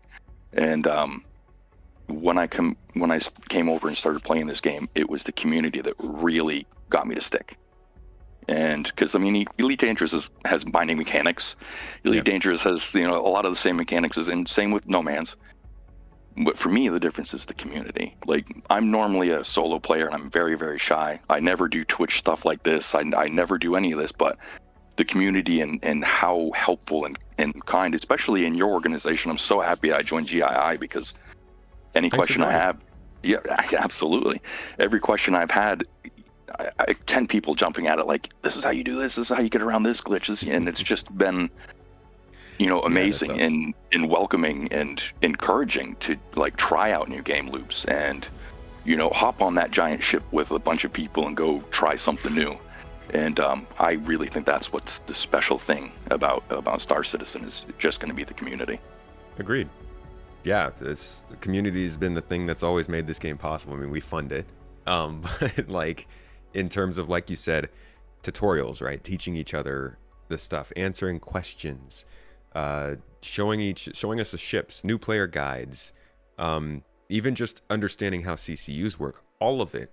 I mean, there's plenty of resources coming from Star Citizen, but I would say that the majority of it ends up being communicated by the community, amongst the community, and they do a good job, because we're all just kind of sitting here waiting for something cool to happen, and we're like, hey, you want to come talk about this cool stuff while we're waiting for it to happen? Come talk, please. We don't have anything to play. But that's been starting to change. Oh, excuse me. That's been starting to change over the last couple of years. Absolutely, and I for one am very excited about it. Like I said, I'm super shy. I would never come on and do an interview before this, and now it's like I'm so excited. I want to be in the community, and like I would have never built such a monster PC. And my Christmas present showed up my VKBs. So that was last night. I got them bad boys set up. I can't wait to go out and try them. Oh, that's a good one. New muscle memory. That's going to be fun. I'm like you. But I'm not a community. Believe it or not, guys, I'm not a community person. Before I started doing YouTube, I never went on a podcast. I never recorded a video. I've never talked on a stream. I'm the same. I got super freaking excited, and I wanted to start making videos and content because Star Citizen is a very cool game, and the community is super encouraging. So I get exactly where you're coming from, and thank you for coming onto this podcast. Absolutely. I don't want to put people on the spot, but I think people would be surprised how much they enjoy getting more involved in the actual core Star Citizen community, as opposed to just watching from the outside. It's more inviting than you would think. In the right communities. Yeah, and I think another thing, one of the aspects Star Citizen does really well is the community's there. It's always going to be there, and it's going to be great. But being a solo player too, you know, you were asking other interviewees earlier, like, you know, what things in the game interested them. I'm very much an industrial minded player. I love all the industrial loops, but I want to do combat. But to me, even though combat seems the easiest, like, you know, fly your ship and shoot things, it actually seems to be the most nuanced mechanic. It takes a lot of practice to get really good. So I'm like, you know, I'm just going to sit back and salvage. And, you know, sitting there with a cup of coffee on a Saturday morning with my vulture, and just salvaging is just enjoyable, relaxing. I'm making money. And then it's like later in the night when GII is on and you guys are doing like huge event, it's like, I'm going to go park this vulture and I'm going to, you know, hop on, you know, a reclaimer or like a C2 or, you know, the MSR, and we're going to go gun some people down or do jump town. It's so amazing. It's just wonderful. That's all we're trying to set up for you. As a player who came in from Elite Dangerous, and you talked about how you were looking for games that gave you gameplay that wasn't broken when they said it was complete. You're looking for better gameplay systems and just interesting things to do, and you also mentioned people. Just to wrap things up, how do you feel those priorities of yours have been met over this last year, or maybe not met? Well, I'm one of those rare gamers where when a developer is like, hey, this is an alpha, it's going to be broken, it doesn't bother me if I run into glitches. Like, yeah, they told me, you know, it's going to be broken. But yeah, I very much just enjoy, I don't even know, I've kind of already said all of it. It's just the community is wonderful. I enjoy all the mechanics, and sure, there are some broken things, and there's a lot that's not complete, but you know, like T-Roy said, I'm excited about the future of the game, where the game's going. It's really piqued my interest, and I kind of, you know, watching their videos, and it's just like, wow, it's just amazing what's coming, and I can't wait. Yeah. So I'm just super excited. Agreed, man. Well, thank you for jumping in here again. I know you said you don't normally do this. I hope you do jump in for another one, though. It's been a good talk. Absolutely. It was very enjoyable. I always trying something new, and it's pretty awesome. So thank you very much, Tomato. Of course. And I think I'm going to be in the shit meet tonight at 7:00 my time, I think. So awesome. Can't wait. Awesome. Can't wait for that. We'll see you then. Love having you in the community cult. Thanks for dropping by, dude. I'll catch you around. Later, Tomato. All right. Yeah, man, I think there's gonna have to be probably supporter videos, some long-term videos that talk about the migrations into this game that have happened over the years. Because there was one with Elite Dangerous, there is kind of one with Starfield, and it's just, there are so many stories of how it happened, but they all tend to, excuse me, Jesus, gassy today. They all tend to come back to, I was looking for a game, that game didn't do what I was looking for, and it seems like Star Citizen is trying to. And every single time, it's a game that took a while to develop, right? Elite Dangerous was in development since, I think, 2012, 2013. Starfield was in development since 2015.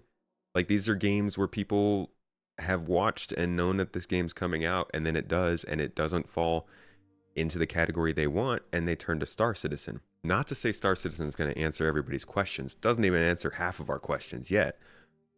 But the way Star Citizen plays right now is indicative of how it will continue to develop. And like, if Starfield came out and it didn't have loading screens, people would think that it was going to continue to build on that same foundation of not loading screens, right? So because Star Citizen is a game where there's no loading screens, there's physical interaction, there's a bunch of physical objects, there's gameplay, there's multi-crew gameplay, all this stuff, people know that's guaranteed. So whatever else comes with that is just going to add into that. It's not about, am I going to get to do this thing? It's about, I can do this thing while I'm on a spaceship with friends. And that's like, it's kind of simple, but it's what people are looking for. And now I have some developer in chat going, it's not freaking simple, just broke their computer. But yeah, I mentioned, somebody said that they think this game will die. It'll be the end of the game when it becomes stable and they're not in alpha anymore. And I don't think that's true. I think people legitimately just want to be able to do stuff in space. We don't have that option very much in the industry right now. Somebody else said earlier, they might like Star Citizen more because of what the industry has become. And the industry's really left behind sci-fi players, I think, when it comes to creative games. Although if you haven't played it, go play what's it called? Outer Wilds. Go play the Outer Wilds. That's a good sci-fi game. All right. Who's next? We've got Golem in the house. Hello, my friend. I'm going to invite you up. Tell us your thoughts. Penny for all the thoughts. And let's see his cam. Here we go. Hello, Golem. How you doing? Hey, Tomato. Long-time listener, first-time caller. Thank you for calling in. Good to see you. Let me get your name and camera up here. Thanks for calling in with the camera too. It's great. I like that. No worries. I don't think anybody wants to see my face, but nonsense. There you go. And my messy office. It makes it so much better. It doesn't look like I'm chatting with a chat screen. Yeah, that's why I turned it on. I figured, quote-unquote, face-to-face action. So, how are you doing? How are you feeling about 2023? I've been enjoying the game since I started back in 2022. And somebody, I forget who it was, said earlier, I think it was Leroy, that you have the disclaimer. You boot up the game, you load in, it's an alpha. I have not been deterred by bugs. I've definitely had some nights where my gameplay was interrupted hideously by bugs. And you just... you're like, well, I guess I'm starting over. I've got to go buy some brand new gear because my corpse is in the middle of a planet. But you have to be persistent in the gameplay because it's an alpha, and that, as Leroy said, deters a number of people at this point. They want the polished game. They want the finished game. So you really have to be passionate. And I have a really long history with Wing Commander and now with Star Citizen. So my passion's been there since the 90s. I really want this game. I want this game to be good. I want this game to beat all the expectations that have ever been had for a space game. I'm in for the long haul. When were you playing Wing Commander like throughout its life cycle? Did you just touch on it? That's the complication. I'm a little older. When Wing Commander came out, my friend had a computer, I did not. So anytime I got Wing Commander play, it was at his house while we were hanging out. And, it wasn't a console thing. So it's not like you could both play at the same time. So you're watching your buddy play, and then he has to stop enjoying the game long enough for you to play. And the whole time, either of you is sitting there, you're like, I really want to fly. Let me in.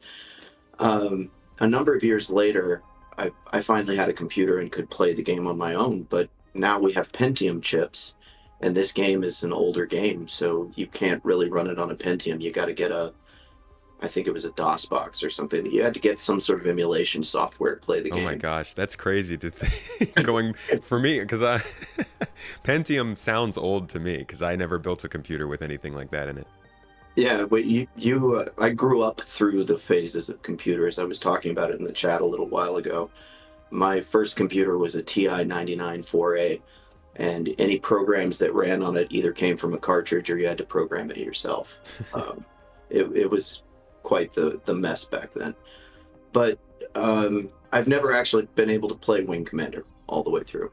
Okay. Because I had problems getting the CDs I bought at half-price books to run in the DOS box and the emulator. And so, yeah, this is my Wing Commander. But I have an obsession because I remember those few moments that I got to actually play the game back when it first came out. And I've been obsessed with space my entire life. I was 4 when I saw Star Wars. And I'm pretty sure I've seen Star Wars more times than anybody in the audience.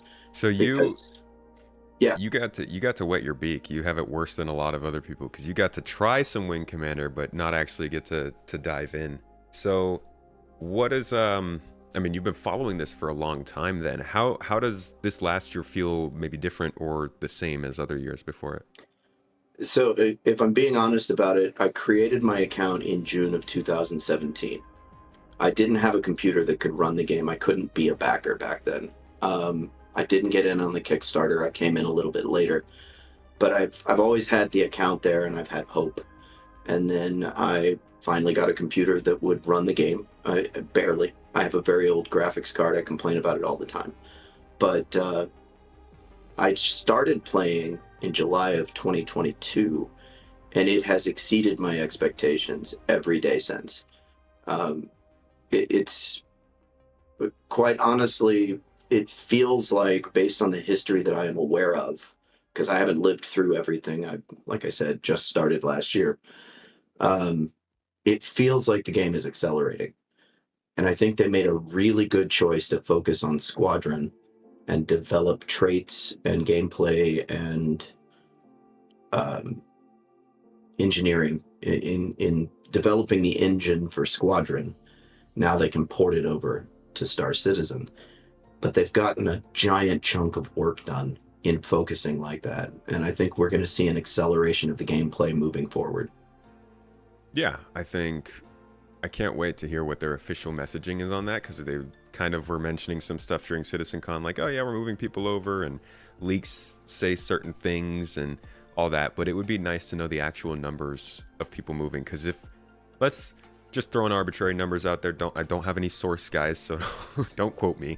But like, let's say there was like 120 people working on the PU up until this year.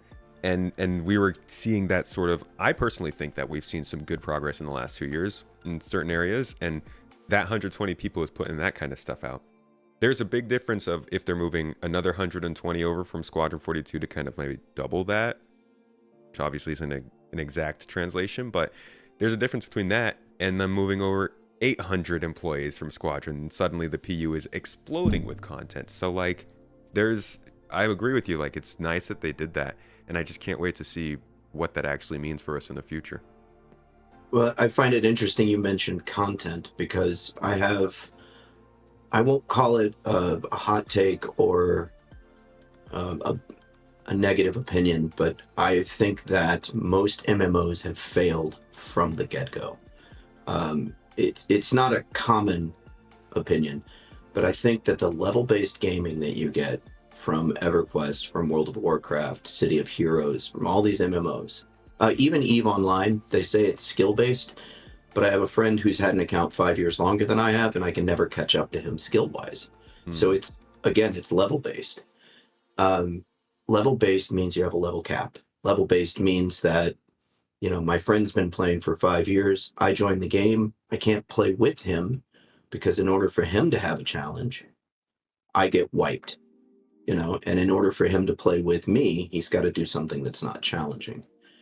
And Star Citizen is the first MMO that is planting a seed that has the potential to last forever. And I know that's a grandiose term, last forever, but it is entirely player skill based. There's no level cap here, and they're trying very hard to deny ship meta and, oh, I bought this ship so I win every dogfight. They're working really hard at that. So yeah, this game has the potential to be what MMOs should have been in the beginning, because it's not level based, because there's not a skill tree, because it's entirely dependent on the guy behind the sticks. Oh, and congratulations to Colt on those VKBs. I love mine. Good sticks. That's a great point, and something a lot of people really dwell on. I'm super hard in line with that. I mean, I am obsessed with the idea that somebody who's just naturally good at video games can step into Star Citizen and own it.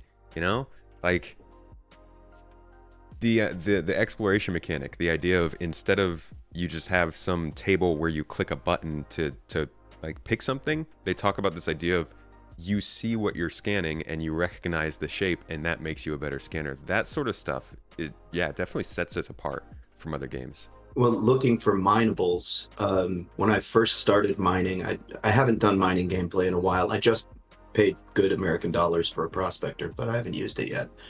I had a prospector prior to the Vulture release as a loaner ship, and I went out and did some mining. And the community had figured out, if you see a rock that says 2200 or 22,000, you don't want that rock. That's not Quantanium. You're looking for rocks that are in the 17,000 increments or something. I probably got the numbers wrong. It's been a while. But the point is that the players had figured out the system, just like in real life, in any profession in the world. There are things that you get from wisdom. There are things that you get because you're paying attention to your job, and people who have been doing it longer are going to know better. When you're an IT guy and you see certain errors, you're like, oh, I know what that is. Let's go look here, right? So, yeah, you become better at this game by playing this game. You become better at this game by immersing in this game.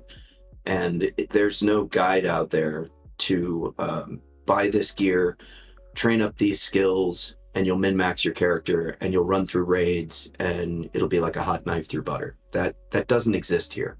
And that's what makes this game special and potentially a very, very long-running game where other games have petered out.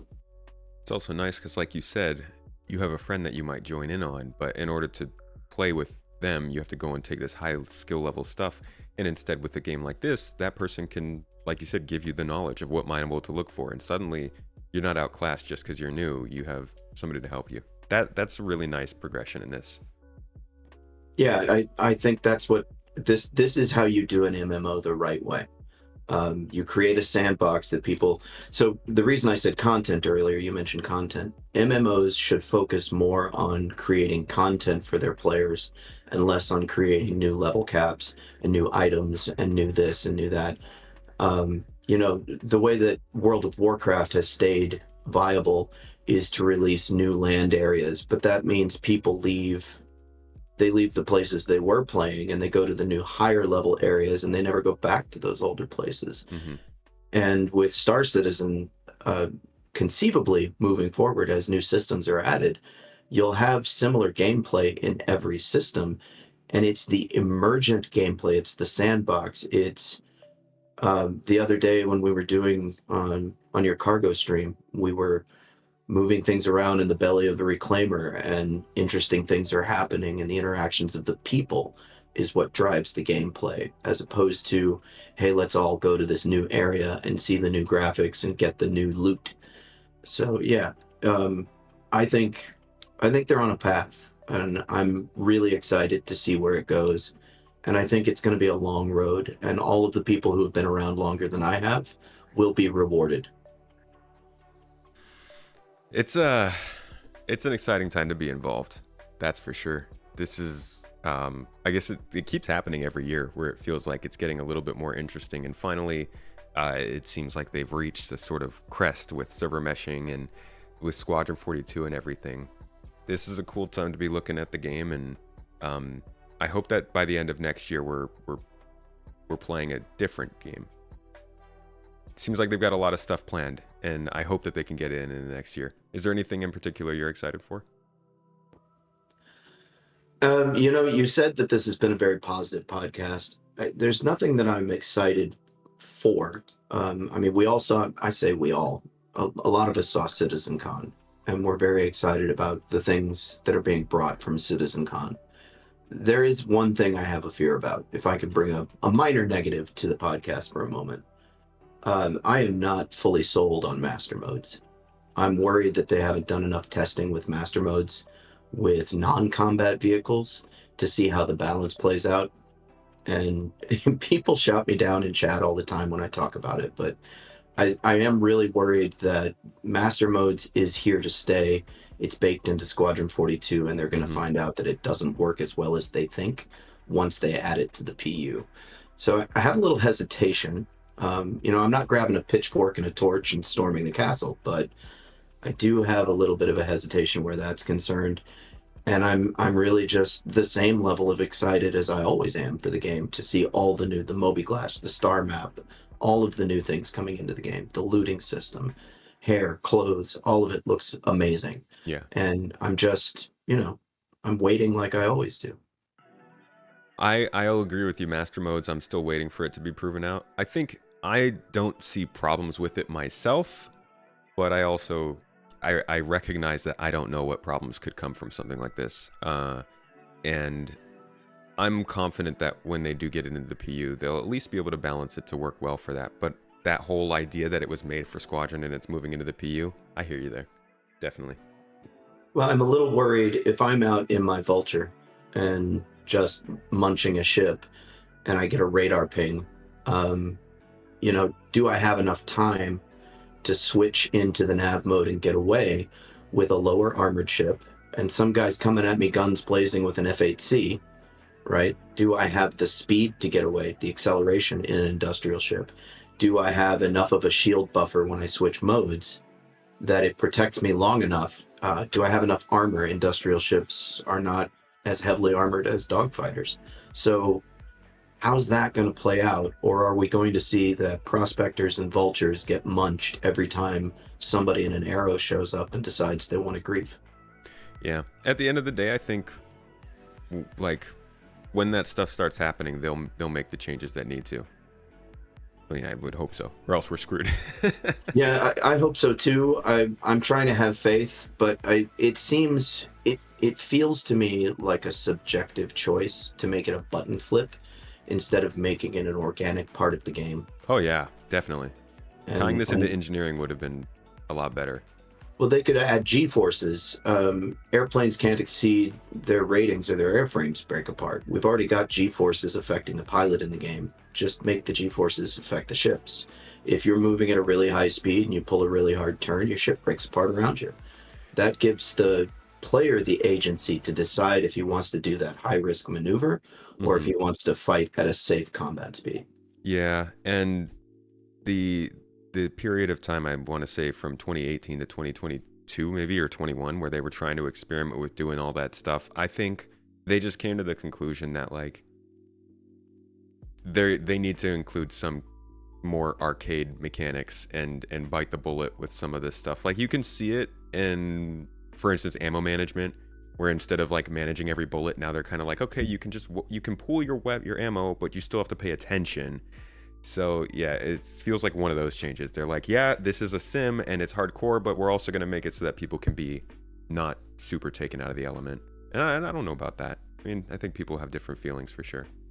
Well, as Jared said on a recent, I think it was Inside Star Citizen, at the very end of it, he said, at the end of the day, we're making a game that's enjoyable. So it's not a hardcore sim, it's a game that's enjoyable, and they have to make those choices. So I try to understand when those choices, but the munching is a perfect example. We all wanted to see the claw chew through ships, and they had to, for the purposes of the engine right now, they had to go through the laser, the beam citizen method of breaking the ship up instead. And if the game's around a long time, they'll have time to change, polish, adapt to new technologies, to new hardware that's available, and move it forward. And that seems to be what they're doing. It's just iterating and moving forward. And so I'm here to see where it goes. Yeah.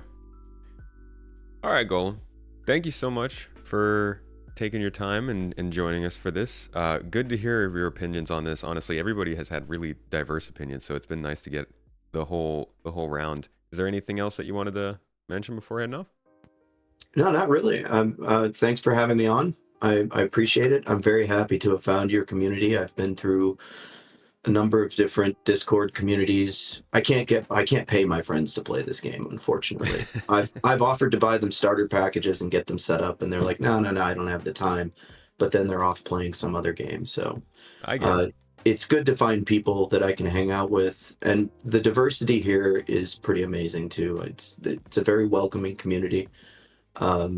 People are okay with me having opinions. I don't get shouted down, even if I disagree with the crowd. And it's been a lot of fun. So thank you for having me both, of course, in the garden and on the stream. Thank you for joining our community. We're always happy to have more people in here who can vibe with the vibe, and maybe Mrs. Tomato are really happy with how it's coming along. So thanks, man. I will catch you around. I'll see you in an event. Right. Take care of yourself. Cheers. Alrighty, so we're moving right along, everybody. We got a lot of conversation here. That was a conversation developing talk. and the talk about master modes is definitely one we'll be coming back to. I actually have a Citizen Central planned where I'll have two of the larger creator and people really in the racing community and in the combat community. I might actually do racing, combat, industrial, and then general purpose, just so we have all of those opinions. But we'll do a big master mode Citizen Central episode where we talk about it at length, because I know me and Avenger One, we're going to have a talk recently, and I want to get Splen in there as well. So keep an eye out for that in the new year. But master modes is definitely a big, that's going to be a big topic of next year. That's for sure. Yeah, I think many people have problems with getting friends into this game. Honestly, I tell people not to bring their friends into this game.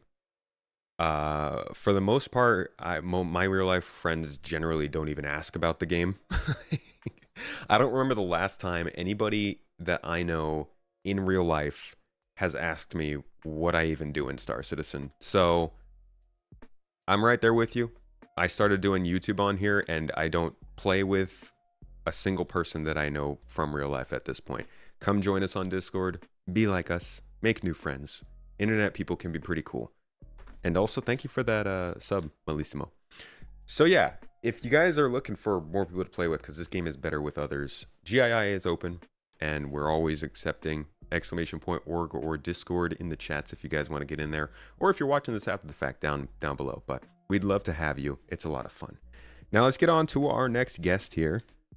It looks like we may have taken too long and somebody left us, unless I'm reading this wrong. Pulling in, I think should be my man. Hashtag join GII. There it is. All right, bringing in Mr. Uncool. Hopefully not too uncool. How you doing? Doing well. FP, how are you? Good. Good to see you. Good to see you. You got a camera, I see? I do. All right, let me throw you on here real quick. Look at us. End of the year. How's it treated you? Yeah, it's kind of funny how, even though there's just such a diverse sort of group of folks that spoke earlier, the sort of commonality that I'm seeing amongst us, and it's really sort of heartening to hear sort of that group sort of finding themselves here in this org. I've been in a few other orgs, and even though I'm fairly new to sort of playing the game, I've known about the game for quite a while. Mm-hmm. Yeah, it's quite happy, or I'm quite happy just having found sort of a similar group of folks, and I found them here, and that's great. And the game itself is obviously fun, but I think sort of the org, I think, elevates it for me specifically. Yeah. How long have you been playing Star Citizen? So yeah, just to add a bit of context, the sort of my foray into space games was sort of the fever pitch I reached anticipating No Man's Sky. Okay. So this would have been 2016, I think. And just sort of the utter disappointment of the outcome of that game. As has been sort of talked about, so I don't need to rehash it, but I needed something to sort of fill that gap, and I thought, hey, Star Citizen might be that game. Obviously, it wasn't that game in 2016 Yeah. But right. So which is great. But I as others have mentioned, I saw sort of the potential. So I've been keeping tabs for quite a while, and I think I'm a father like most folks, so I don't have as much time to dedicate to my gaming as some others. So the sort of the initial foray into actually purchasing the game or at least playing the game, I would say early last year, so it would have been end of 2022. 2023. Early this year, excuse me. And I think that was sort of the ideal moment for someone like me to join the game for obvious reasons, just because there was as additional content was added, more features, more gameplay, and it sort of filled my No Man's Sky void quite well. And again, it's amplified by having an org of org of folks that sort of have similar feelings. Pretty cool people. Yeah. Yeah. So you're more of a group player then, when it comes to these types of games. No, that's what's funny. I am not. Okay.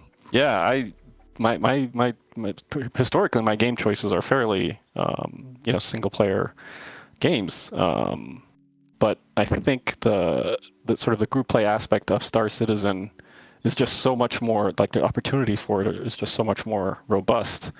That I don't want to say it requires it, but it just really it's enhanced by it to such a great degree that I think you'd be doing a disservice to yourself by not sort of participating in some level of group. And it could be something like you jump on to into the chat and say, hey, can I jump on someone through Claimer and do some salvaging, and that could be the extent of your group play, and that's fine. Or you can go more immersive and get deeper into a group like this where I'm actually going to be running late for this org event that's happening right now, right? So that's like that level of group play. I think I also I didn't think I'd want it, but I don't think I would do without it now.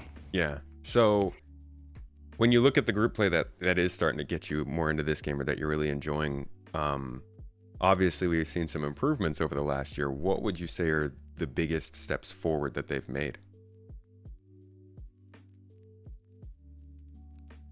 I think for one, this doesn't necessarily tie specifically to group play, but I think sort of the level of recovery that you have after a 30K, where it's just not totally, everything is just completely lost, is a nice, so it's like a quality of life improvement that I think, sort of second-handedly helps group play. I don't think they've done enough, actually. So there isn't sort of the one sort of key feature that enhances it more so than others, but I think sort of the opportunity for it is there, and so that's kind of what I'm holding out hope for, and I believe in. I think. I think that's a good point. Is like one of the earlier conversations brought this up. Is like people just want to be able to enjoy what's there. There's enough there for people to have good fun, but like 30Ks and crashes and bugs that might kill you and ruin an hour of progress means people don't want to play. Did you personally feel like you spent like longer periods of time in game now because of those improvements? Yeah, definitely. I don't just rage quit. Actually, I don't really rage quit at all, but it's just less. I don't feel as disheartened. And again, it's sort of with the caveat knowing that this is an alpha, right? My eyes were wide open, way back 2016 and still is now. But yeah, I think there is a level of, and it could be sort of just, there's just more to do now. So that's also maybe helpful that I can, hey, maybe this 30K, I'm going to go jump on something else as opposed to what we were doing before. So, yeah. Yeah, there's definitely more to do. Somebody else said that in chat, that like, even if you get bored with one thing, or if it breaks, there's other stuff you could go like shoot someone or mine something, which has been nice. How do you feel about next year and the outlook looking forward? Yeah, there are, as mentioned so many times, there are just so many things that can enhance what is already a pretty fun game. I think just the simplest, sort of my bare minimum, obviously, is just a non-tier 0 star map, right? So that's like, to me, that's like, I need to be able to get somewhere without fiddling with my mouse. I love that the star map is universally becoming the thing every single person is saying needs to be fixed. We are interacting with it as our means of getting point. Like, there's just so much, and I guess maybe Moby-Glass and star map could be hand in hand, but yeah, that is the thing that we interact with the most in game. So if we're starting to build off tier 0 level, and obviously the current iteration is not tier 0, but sort of enhancing these sort of singular items that are just would sort of improve quality of life to a certain degree. I think that, to me, and that's probably a simple take, but I want that to be as good as what I'm hoping it to be. And everything else would be gravy. There's obviously leaks of other things, but I kind of want like persistent hangars would be a sweet. I don't really do ground vehicles, so like being able to do that much simpler than before would be pretty handy. That makes it a lot easier to actually think you want to take out a vehicle. Yeah, now I don't have to plan a trip to a mining outpost, right? So that's that would be nice. But yeah, really, it's Moby-Glass / Star Map would be my baseline of a successful year. Top of the list. Top of the list. All right, Uncool. Well, thank you so much, man, for joining me and sharing a little bit about the game. Were there any last thoughts you had? No, I've appreciated sort of my time here. Hopefully we can attract as many sort of folks in a similar vein to the people I've heard from earlier today. It's just there's such a wide, diverse group of folks that I think they'll find sort of some commonality in a org like this. So the more folks that can sort of find this org is, I think, the better. The best part really is everybody's coming from different games, so we all have different sort of like subjective views on Star Citizen, which is cool to hear about. So agreed there. Thank you, Mr. Uncool, for being so cool. Hope you are having a good day, man. And I hope to see you in our next event, maybe a ship show, possibly. A little late for me, but maybe potentially. Okay. Well, I'll catch you around, man. Thank you so much for hopping on. All right.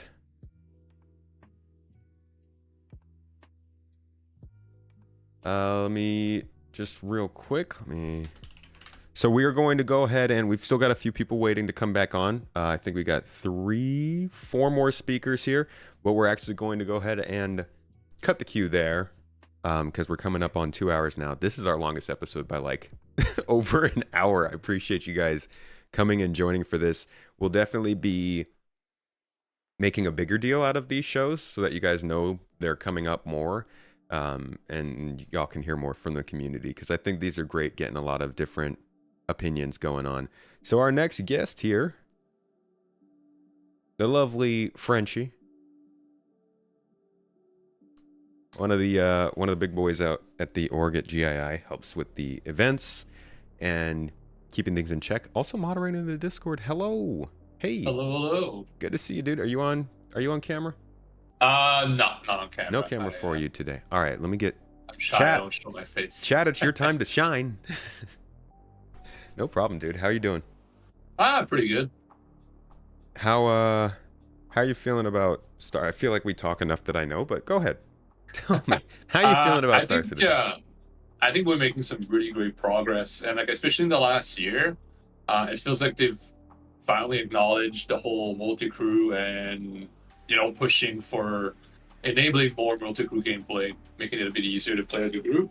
You're kind of going away from the whole playing solo and doing everything on your own, which eventually is going to get harder and harder to do, and more or less scale a little less than big groups. So that's been great. Like the changes with salvage, cargo has been one of the big things, right? Because now we basically do combat, salvage, and now with ship munching, and then cargo, all together. It's really fun because you can have people who are not interested in doing industrial gameplay, but they can play with their buddies who are interested in that, and vice versa, and still do something together without being forced to do a gameplay loop they might not enjoy as much as another one.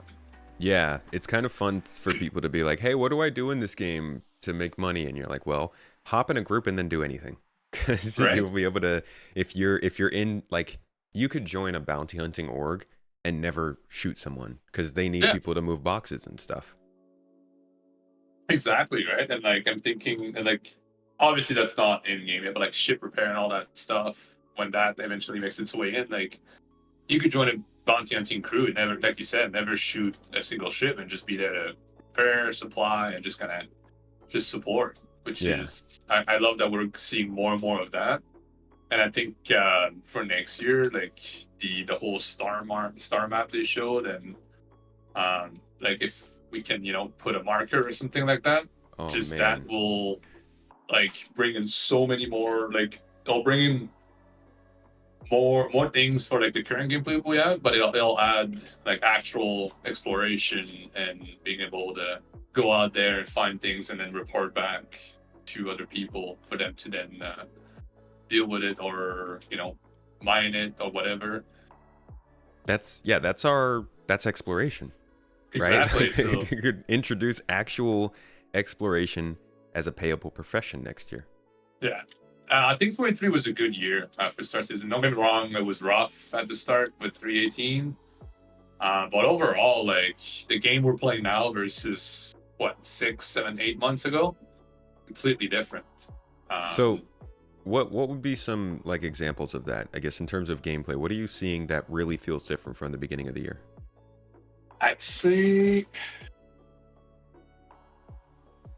pretty much, well, a lot of what I do is salvage, so that's the big thing. But even like you look at salvage, for example, right? Like from when it got first put in earlier this year versus now, like you can do so much more than just go out and just haul scrape a ship and then take the next mission. You can actually like involve more cargo now and more combat if you want to. And just do more with it than we were able to, and have more people involved as well, right? Like sometimes like we can have 15, 20 something people playing together and still get a nice decent payout and have a lot of fun for a few hours, whereas like earlier in the year it was a lot harder, especially with stability wasn't really there. But like the last few months, we've had issues, but like it's been pretty stable. It's been like we've done events where we go for 8-9 hours in a row with no 30Ks, nothing. Yeah. Like the usual bugs with party markers and stuff like that, but like nothing that really like stops us from actually playing. That's been pretty nice. Is you kind of forget almost. That's the big things. Yeah, stability is, and like just the party, like being able to share cargo within your party. Do you?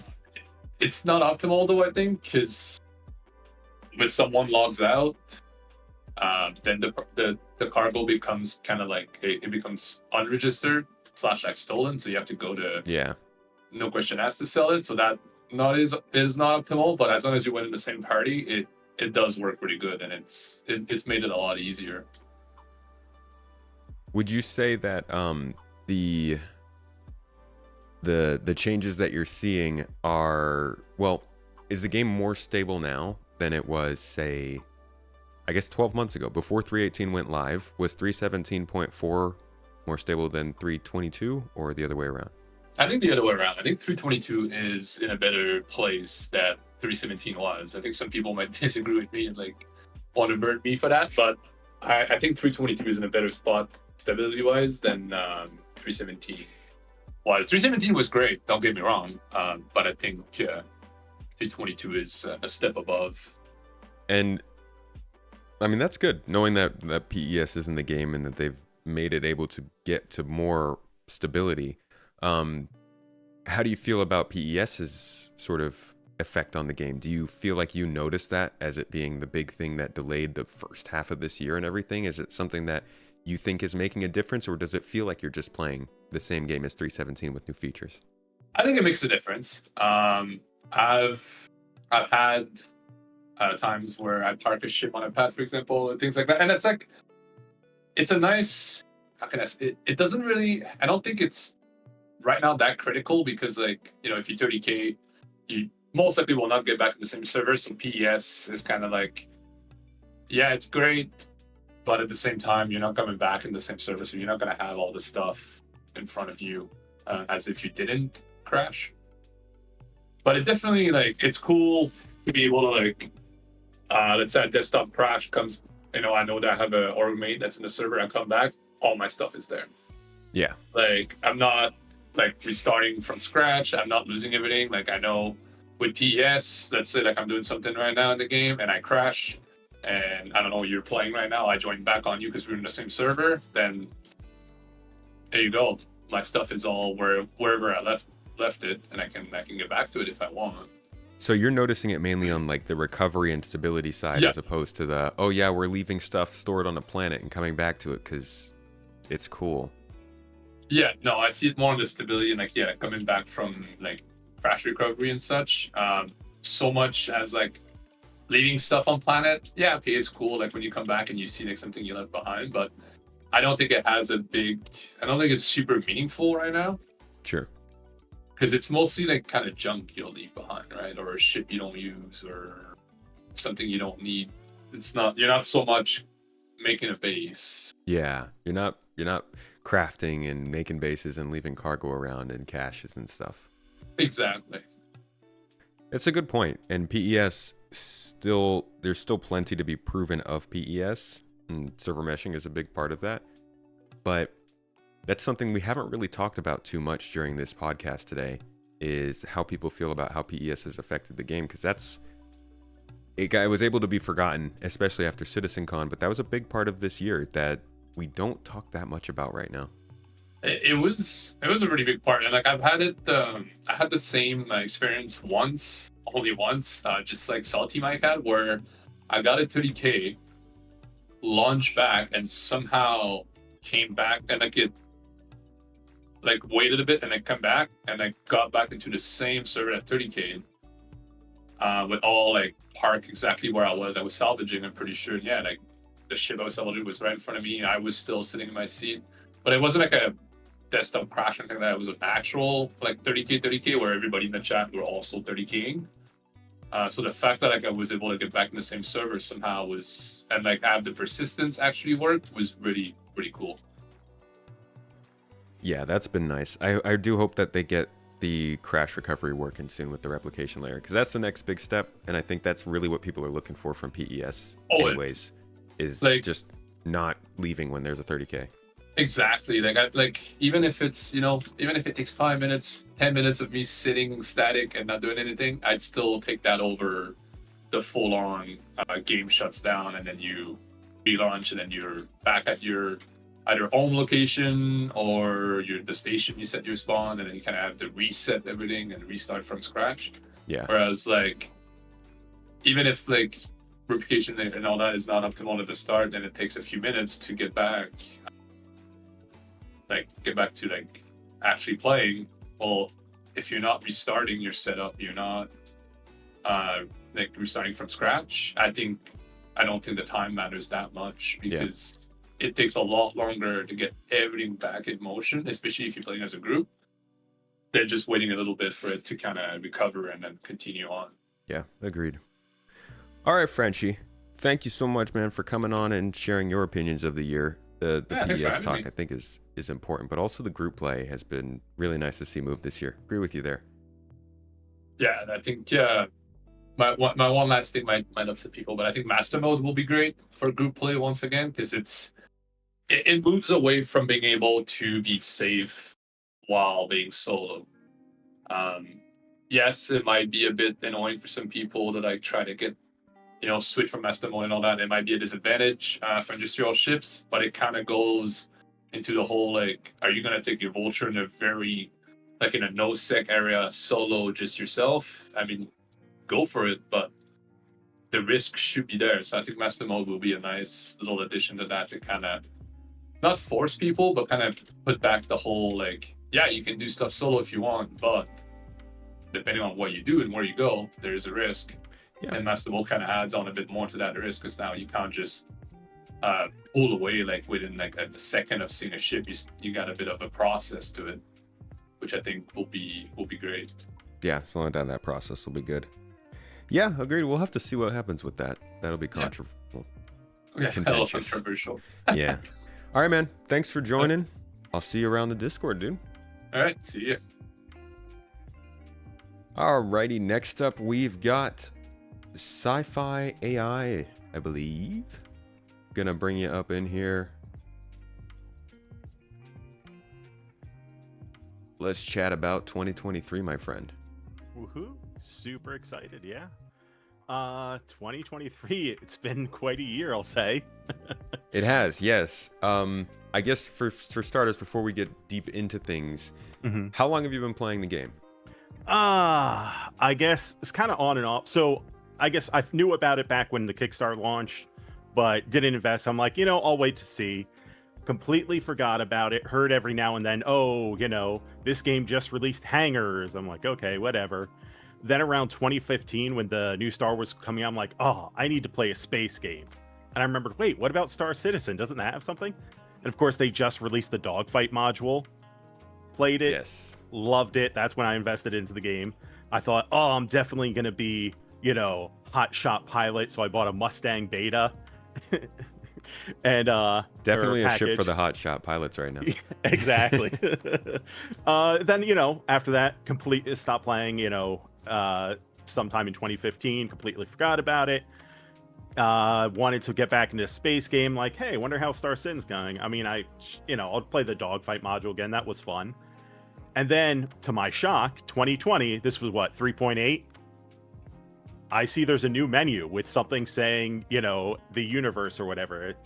I'm like, what is this? I know it can't be the game because I've heard all online the game's not finished and won't be finished. And then I go in, I'm like, wait, this is a whole world. This is a universe. What is going on? I was so confused and shocked. I remember getting into Port All-Star, pulling my ship out, my lovely Mustang, flying to what I thought was a planet, but was actually just a moon, and just being absolutely blown away that there were no loading screens. Luckily for me, my first time, everything worked well. It didn't crash. Mm-hmm. But yeah, and then I was absolutely hooked and been playing pretty consistently ever since, and invested way too much money in the game. Yeah, so at least a couple of years there of hardcore playing, I'd say. And how's that been treating you? So, I mean, you came in for combat, but how's your gameplay been changing over the last couple of years? 100% changed.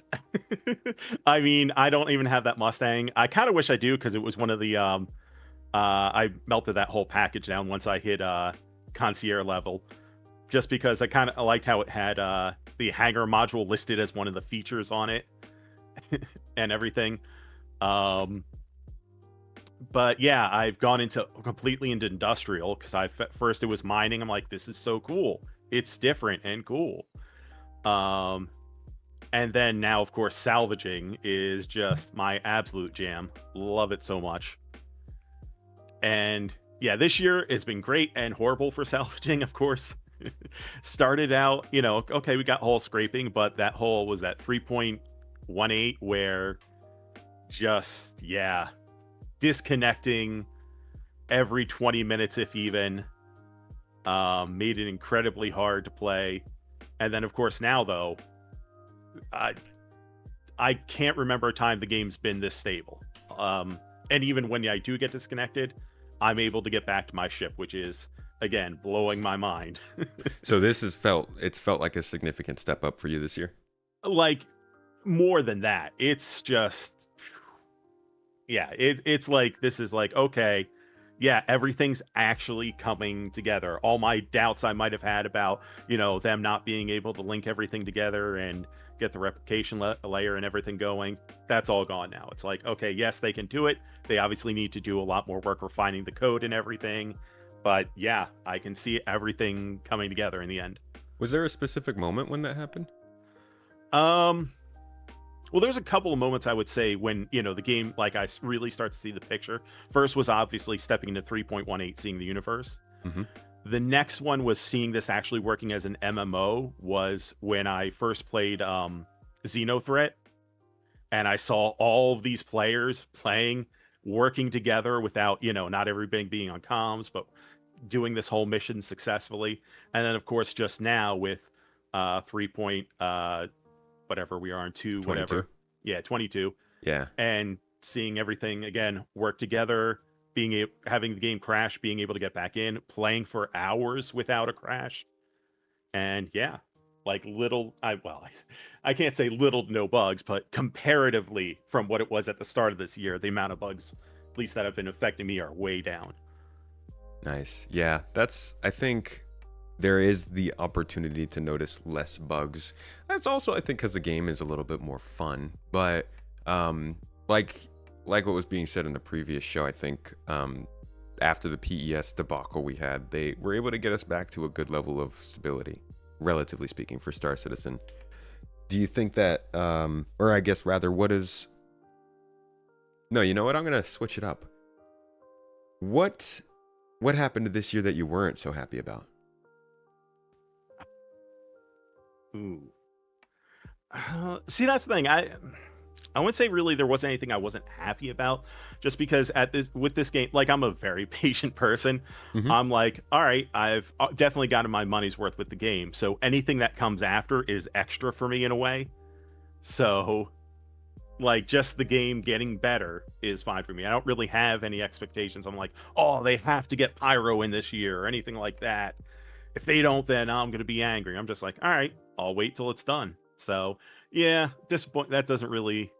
I mean, I guess maybe I was hoping for like the Galaxy to be finished, but other than that, I'm sure that'll be out in another year and a half or so. Yeah, Galaxy sounds like it's the follow-up to the Polaris, hopefully, which will happen soon. Anything else that you're particularly excited about for next year? I'm really interested to see more engineering and salvaging type mechanics in the game, hopefully being added. Bounty hunting does sound interesting as they're getting closer to it. I was watching I guess it was year in review video. I was like, oh yeah, I forgot they started talking about bounty hunting again. That could be interesting. Yeah. I mean, I could go for some PvE bounty hunting. I don't think I'll do really PvP bounty hunting. I'm just not that big into PvP. I get it. But PvE, yeah, I'm cool with that. And it does sound like the bounty hunting that they're doing with the idea you have to track this person, you have to restrain them, you have to turn them in somewhere. Like, it's going to definitely change that game loop a whole bunch. And it sounds like it'll be less about, like, I don't know if we'll be able to tell people, hey, if you want to get started in the game right now, go ahead and try bounty hunting. Because right now it's very easy. Get in a ship, go blow someone up. But the complexity they're adding to that is going to be interesting to see over the next year. Yeah, and that's definitely one of the things that I love about the mechanics they add to the game.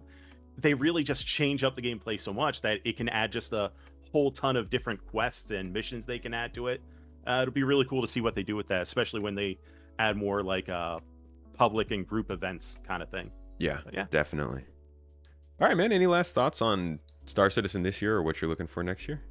Yeah, no, just keep can't wait to see what else they have this year. What big surprises. Yeah, I think we're going to be very satisfied by the end of 2024. Maybe not completely, but it seems like things are going a good way. Yeah, absolutely. Thanks All for right, having man. me. Thank you for coming on and sharing your thoughts. Appreciate you. Have a good day and hope to see you around. You too. All right, next up, my friends. Next up, we've got Apollonaut, who is, I actually got to meet this guy. Met you at Equinox a couple weeks ago. Had a good time. Got to chill a little bit. Oh my gosh. Sorry, I just started getting back into the gym. It hurts. Apollonaut, good to see you, dude. I think I've got you on camera. Welcome in, buddy. Hey. How you doing? Thank you. Yeah, doing all right. Hope you're doing well. This has been one heck of a slog for you, I bet, but you're doing well. It's the longest greenhouse we've had. I'm so proud. Our community is vibrant today. But glad to have you on, man. It was good seeing you a few weeks ago. How have you been since then? I've been all right. I'm trying to avoid. There's COVID going around the house, and I'm trying to avoid it by quarantining myself in the room. So we'll see. I'm really hoping not to catch it because I've never caught it. Yeah, so that's rough. I hope that you stay healthy, my friend. Yeah, here's hoping. Yeah. But yeah. So how about Star Citizen then? I mean, that's how you can stay away from COVID, I guess. Is it good enough for that? Are you feeling good about it? I'd say so. Right now, the game is stable enough that I can enjoy it solo and with groups of different sizes. I was sitting here taking notes of a whole bunch of things I could talk about. I don't want to take too much time, but I like a note taker. Yeah. So when Jared at the last ISC was like, "Here's all of the things that are coming in the next 6 months," that was wild. That was awesome. And I think they did a really good job of hyping people up at SitCon.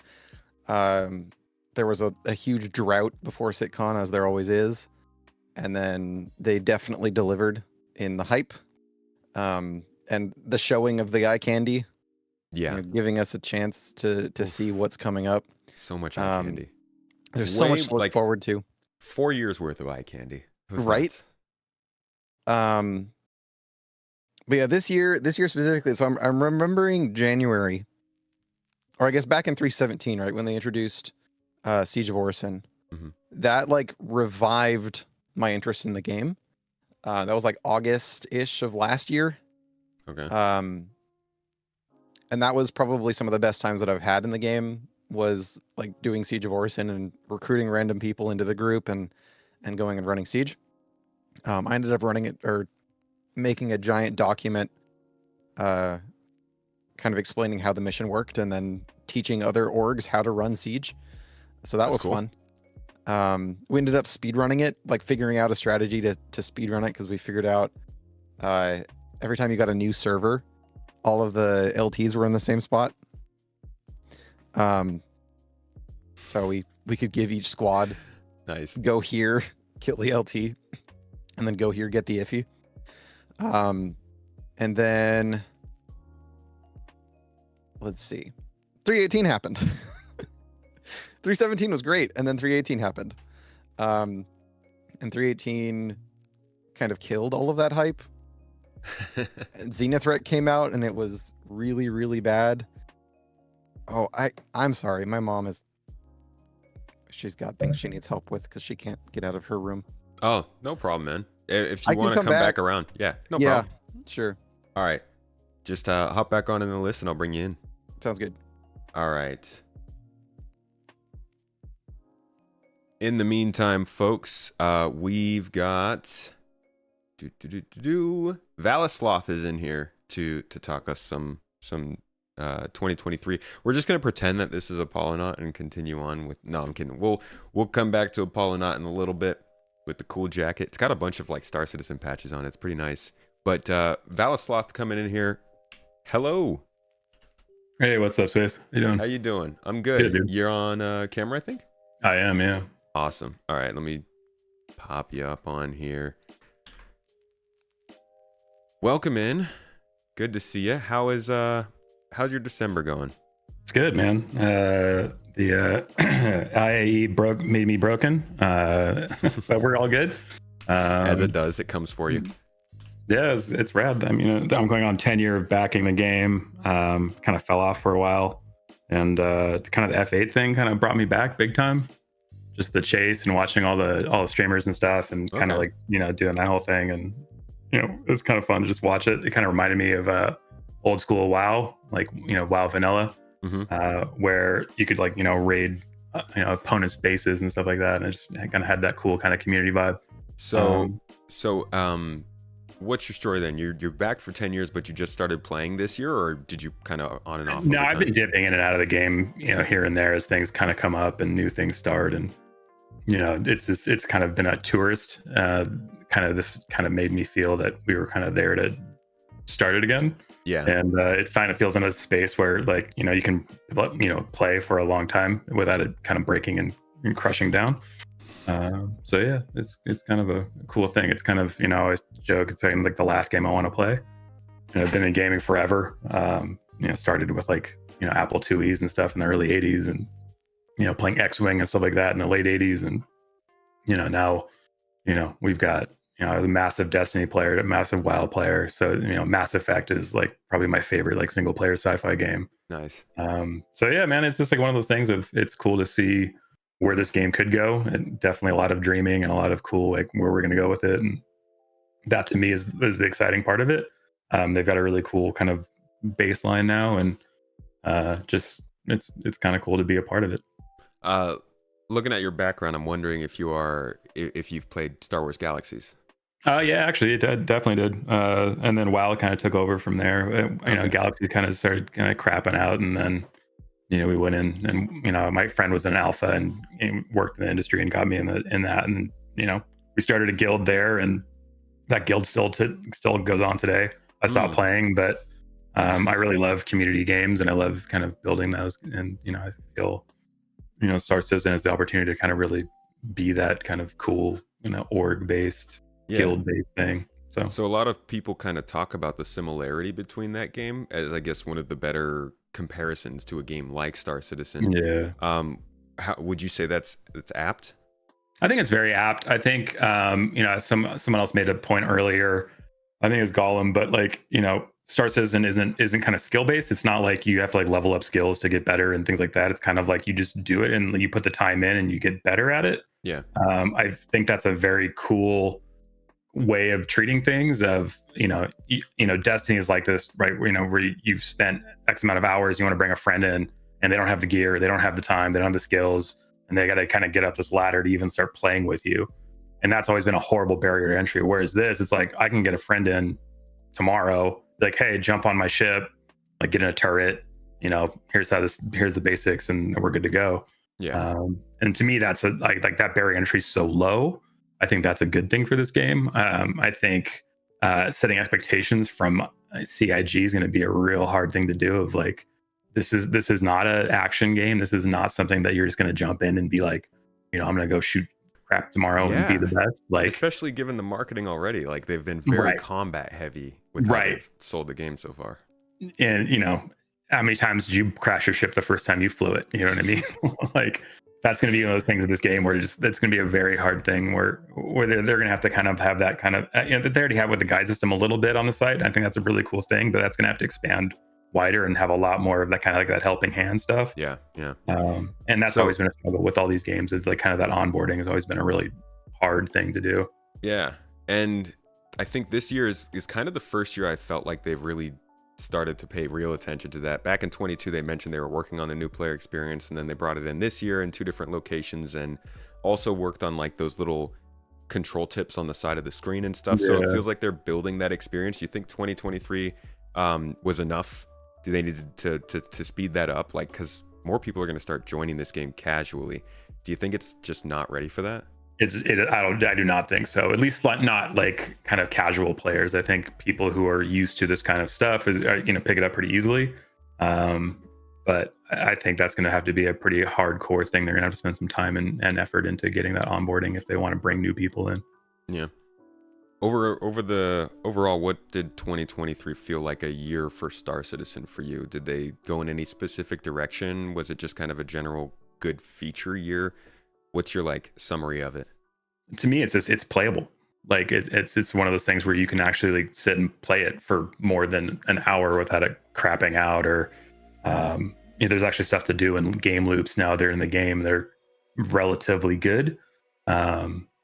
To me, it's like the best thing to do to kind of just sit and like hang out with your buds and just chat on Discord and do some stuff and play Tetris with some boxes. It's good. It's just like a good hangout. And if you want to go do combat, go do combat. If you want to go, raid jump down. If you want to go sit and just kind of like fly around and do low flying, cool, do that too. It seems to be a popular sentiment during this show, is that the game became just more accessible for like both existing and new players. And it's funny because like this was also the year when the game was at its least playable. Right. 318. Yeah, totally. Yeah, but that is good to hear. I'm glad that like everybody feels like it's taken a step up there, because one of the biggest problems, I think I said a couple guests ago, was that there was enough stuff to do in the game, but like you would just crash and have so many problems that people would not want to do it.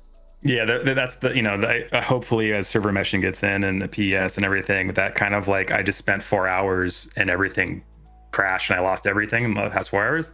That can't happen moving forward, right? Like that's such an end game for most people. Like I'm done, I'm out. Yep. So to me, like that is where that really kind of, they're gonna have to balance putting a bunch of new shit in with also making it work for people and not lose everything. Absolutely.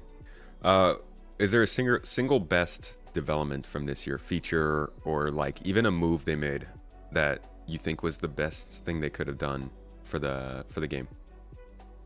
I think salvage and just getting something that's not pew pew in, I think to me is just that opens up a whole. I have friends that they're not that good at pilots, that they don't have that background, they don't love that kind of stuff, but they love breaking stuff up and just hanging out and just having a chat.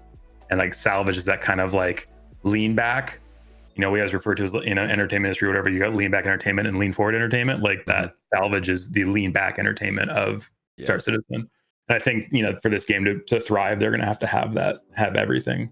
Yeah, that's a good way to describe it. It's definitely lean back, and it can be very calming to just hang out and have a drink, like you were saying, have a drink, kick back with some friends, and salvage some stuff, and you make good money too. Put some music on in the background, just Yes, it's a vibe. exactly. I love it, man.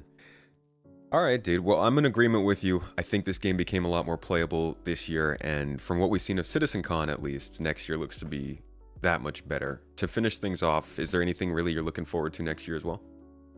I mean, for me, it's the graphic stuff, DLSS, really kind of push this thing. I mean, it already looks amazing, but just Vulkan and global illumination and being able to see on the dark side of a planet, and like, have your UI and your ship not blind you completely if you're flying a Drake ship, things like that. No, that's on purpose. We don't like, we try to blind Drake people. Eliminate them. But to me, like when they showed global illumination at CitizenCon and just like the ability to have like, stuff actually light up from the moons and the stars and just make it more real, because real life isn't pitch black. And if you go outside your ship, you can see.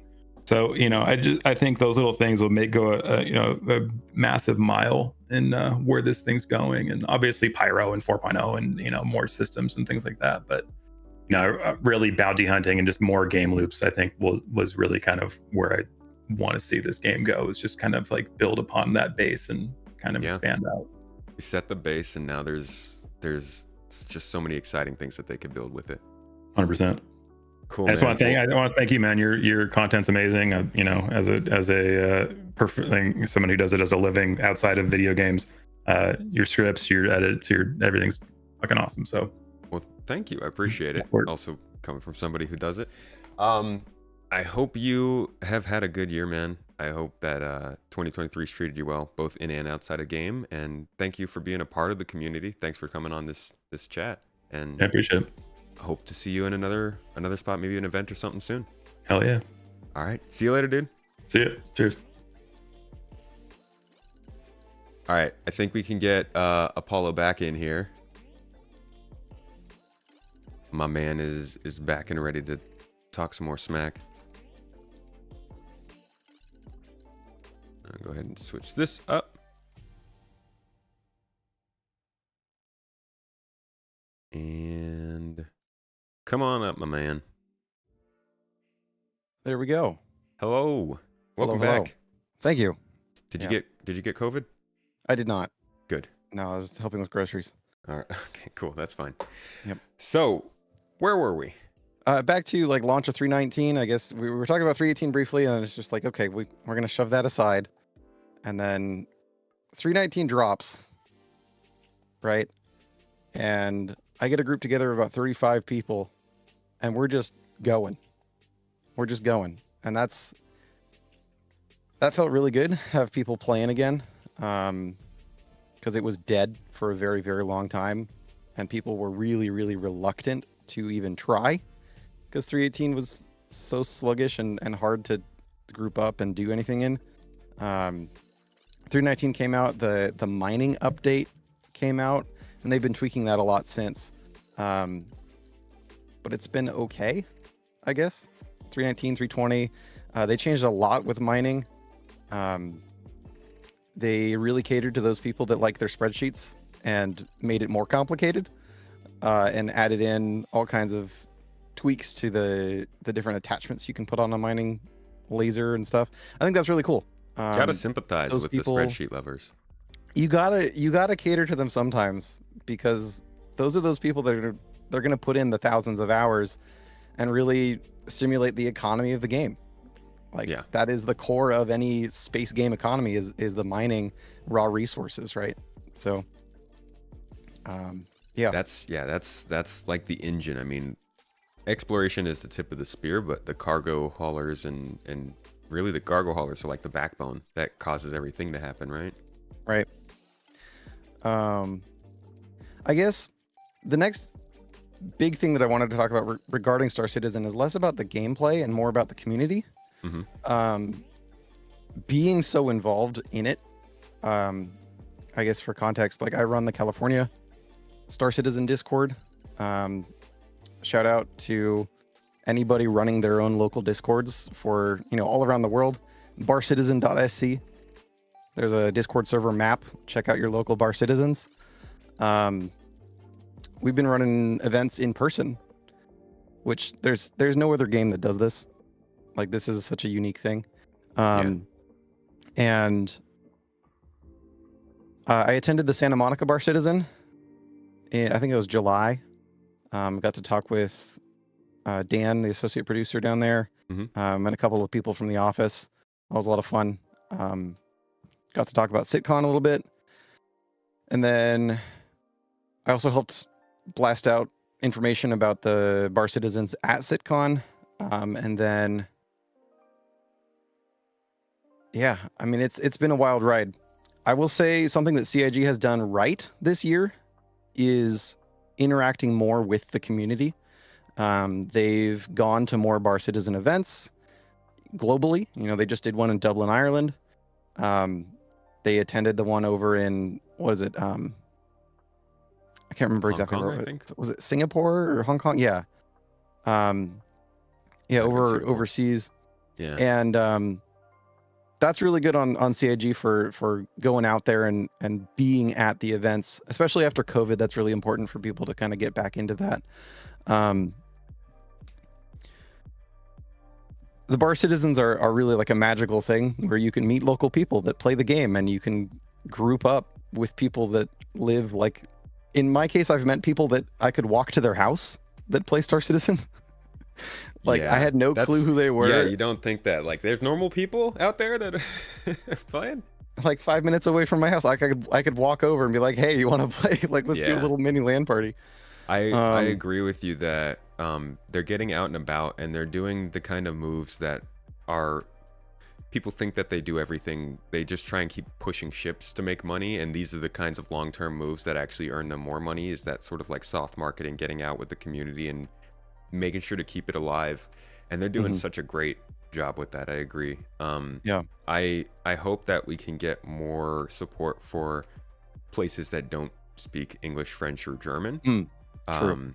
But obviously it's a growing game. It still takes a while. Like we're trying to get a Bar Citizen out there for you guys in Turkey, but it's still a very niche game. And as far as community goes, how do you think we made progress on that in 2023? Like progress? How do you mean? Obviously tons of reactions to CitizenCon stuff, right? And a lot more people learned about this game. But from the beginning of 2023 to the end, how do you think the overall interest and view of Star Citizen changed for the general gaming community? I think, well, it started reading all of, r/gaming on Reddit, and anytime Star Citizen is mentioned, there's just 90% of the comments are, oh, this game is a scam. This is so, like, don't get into this. Yeah. And then CitizenCon dropped, and then people are like, oh, this is actually something. Yeah. And the general wider gaming community is starting to recognize that this is actually a playable game now. And then especially over on Twitch as well, like people are interacting with streamers playing Star Citizen and being like, hey, what is this game? How does this work? How do I get into it? I'm seeing that almost daily. Or every time I open a stream, sometimes it's like somebody comes in and is like, hey, what's this game? How does this work? Yeah. And it's cool seeing new streamers coming in too that have not streamed for a very long time and then are starting to come in because of Star Citizen. And then also like longtime streamers of other games coming in and starting Star Citizen. I think Devin Aubrey did a guide session for GOAT. I think he's a big Tarkov streamer. Yeah. And that was really cool. They did that live, like co-streaming. And that was really neat to see, where people are trying out the game for the first time and experiencing those bugs that we've all experienced, but then also experiencing like the magic that this game really brings when you play together with people is really, really cool. This game is very much in a better place than it was. It is, and I think that people are starting to take more notice of it. It's just kind of funny when the stuff that people are noticing and like getting surprised by is stuff that's actually kind of old for the game, like flying to planets and stuff. Do you think that Starfield had a big effect on that? Yes. Oh, absolutely. There were so many people playing Starfield. They're like, oh my gosh, big Bethesda RPG. And then it underdelivered on what people thought it would be, because they wanted all these things that Star Citizen has. And the whole Star Citizen community was like, hey, guess what? Star Citizen has those things that you want. I wish they had better communication around that earlier, because that's all it is. It's like they got really good at being able to tell people this existed. And I don't know what they did this year, but I think that's one of their biggest changes, was like from the way that they're posting on social media and like kind of telling their own stats. They've done that before, but now they've gotten very good at, here's a video for this new feature. Here's a post for this new event. Here's a video to celebrate this and that and that. All the stuff that they're doing feels a lot more cohesive towards not just making the game, but also that soft mindset that they're building in our community and the gaming community. It seems to be going pretty well. Yeah. They did hire a new community manager, Nico. He's the French community manager. He's been on the show. Oh yeah, he's been doing a fantastic job of interacting with the community. Yeah. Really getting into the weeds on, or like really getting into the areas where people are hanging out over on the forums, in Discord servers all over the place. I've seen him like popping in on random servers that I'm in. I'm like, oh hey, cool, CIG community manager is here. So yeah, shout out to Nico for that. Jake as well. They've been fantastic. So yeah, I definitely agree with you that they've kind of figured out the formula for a more cohesive presentation of the game to the wider public. But it's also like the biggest marketing for this game is word of mouth. Yeah. And the whole Star Citizen community, like we're all so wordy. There's a spectrum of people that are really fanatical about it to the people that are like, yeah, I don't know if I'd recommend this, but I recommend trying it. Like look at it, maybe? Like take a look at it. Watch a couple videos. Yeah. You know, I've had friends that are like, hey, should I try Star Citizen? And I'm like, maybe not. Yeah. I think if people are asking me, I generally tell them to wait. Yeah. Like if you've looked at it and you still need to ask if you should try it, then you probably should wait until you're sure. And that's, I mean, games are expensive nowadays. That's what you should do with every game. Research, make sure you're sure, and then buy it. Don't listen to other people. Right. Another thing is regarding newbies to the game is the guide system. I know, was it Frenchie was just on? Yeah, Frenchie was on a couple ago. Who was the last guy that was talking about it? Sloth. Yeah. Sloth was saying something about guide system. Still messing up. So I've done about 100 guide sessions this last year, and it's really interesting hearing the perspectives from people who are trying the game. Like they're literally in their first hour or two of the game, and they're realizing there's no map, there's no global inventory. You know, they fly away from their city and they're like, how come my stuff isn't here? Because the game does not hold your hand at all. And even being the someone to hold their hand, like they're still struggling with so many concepts that they come in from other games with. Yeah. And then, you know, a bunch of big things having to teach newbies is like, buy a ton of extra armor sets, buy a ton of extra ammo. You will die and lose your armor. Like, make it easy for yourself when you respawn. And how do you set your respawn? But there's still so many things in the game that hold back group gameplay. I made a giant post on the 320 feedback forum for group and party system updates. And I feel like none of it, either they're putting it all into the next iteration of Mobiglass, which I really hope is the case.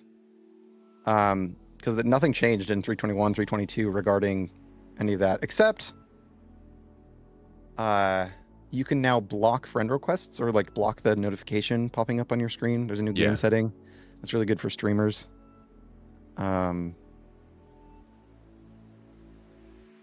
And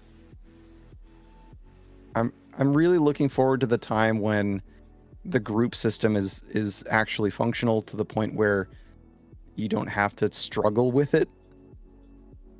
Yeah, I think that's probably a next step they need to really focus on, because we're looking at capital ships, we're looking at base building, and we're going to need a permission system, and engineering. All are going to need a permission system to get better about that. So that's a 2024 kind of thing for sure.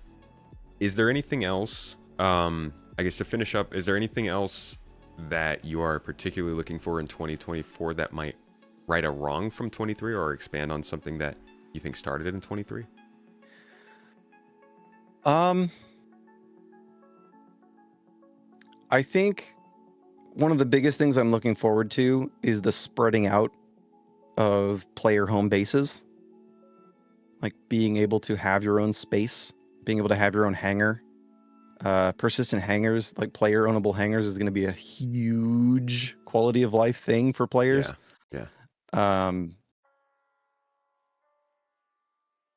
People want to live space nomad lives. There's a lot of people that just want to go out there and like live out of their ship, or live at their little outpost out in the middle of the forest in Microtech or whatever. Like, people don't want to have these home cities. They don't want to live in the city.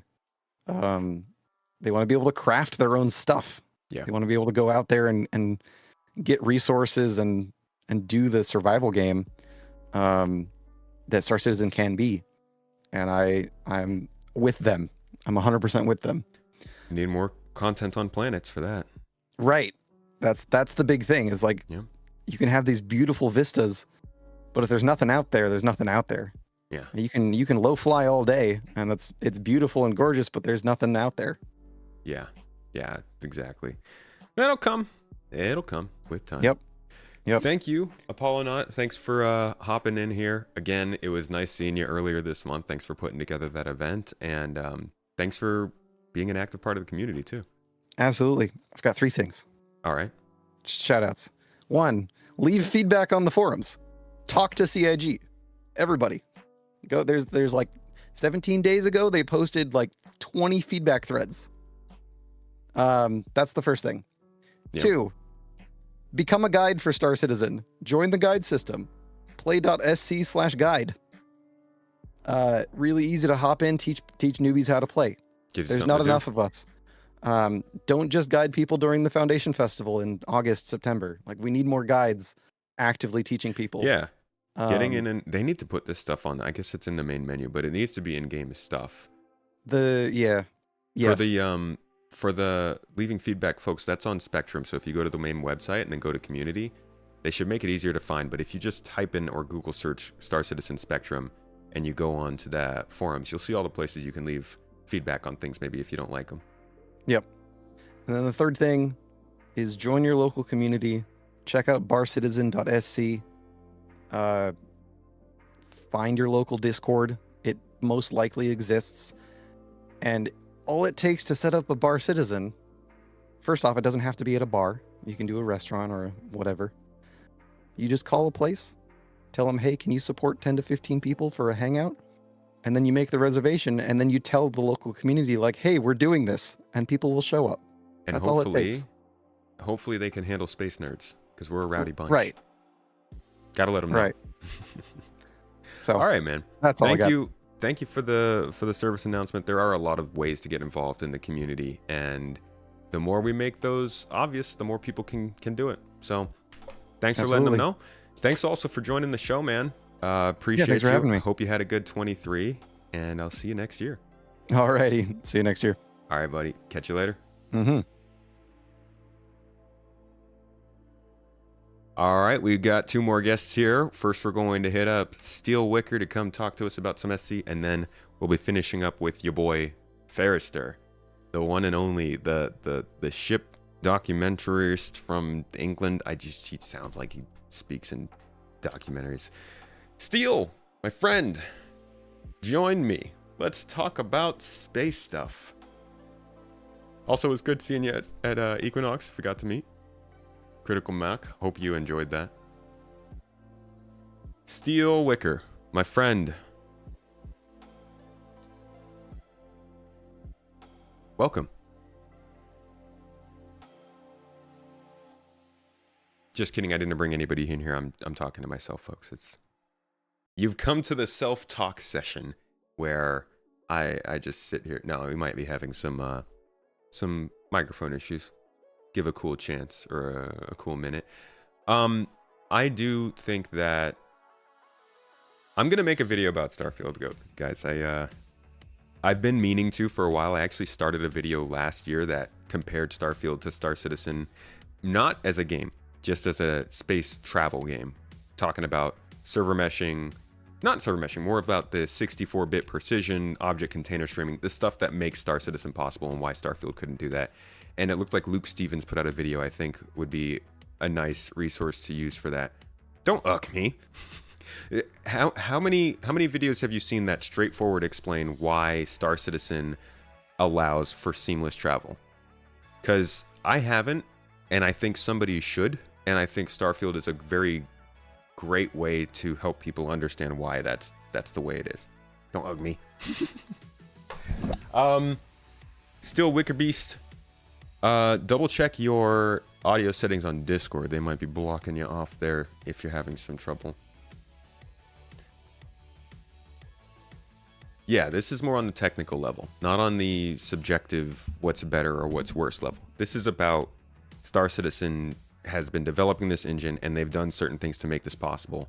And I want to bring those things to light because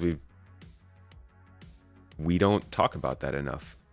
I don't think there is a single video that talks about the combination of 64-bit precision, object container streaming, and the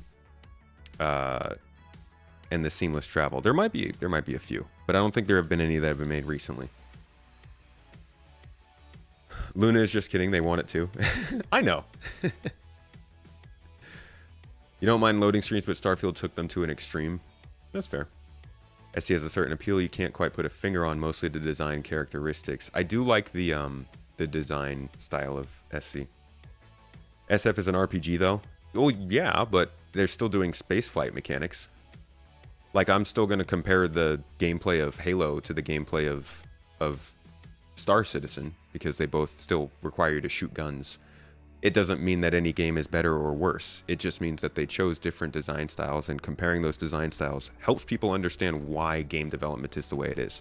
And the worst thing about the game industry right now, I think, is a misunderstanding of how games are made and what we should be expecting from them.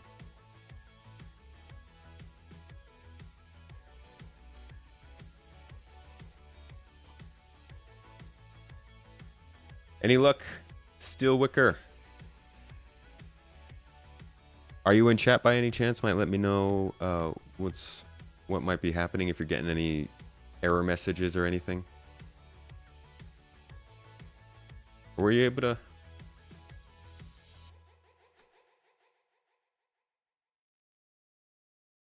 If you go into the settings, you should be able to check your voice against it. I would hop out of the room, check your voice in that, hop back into the lobby, and I'll drag you in.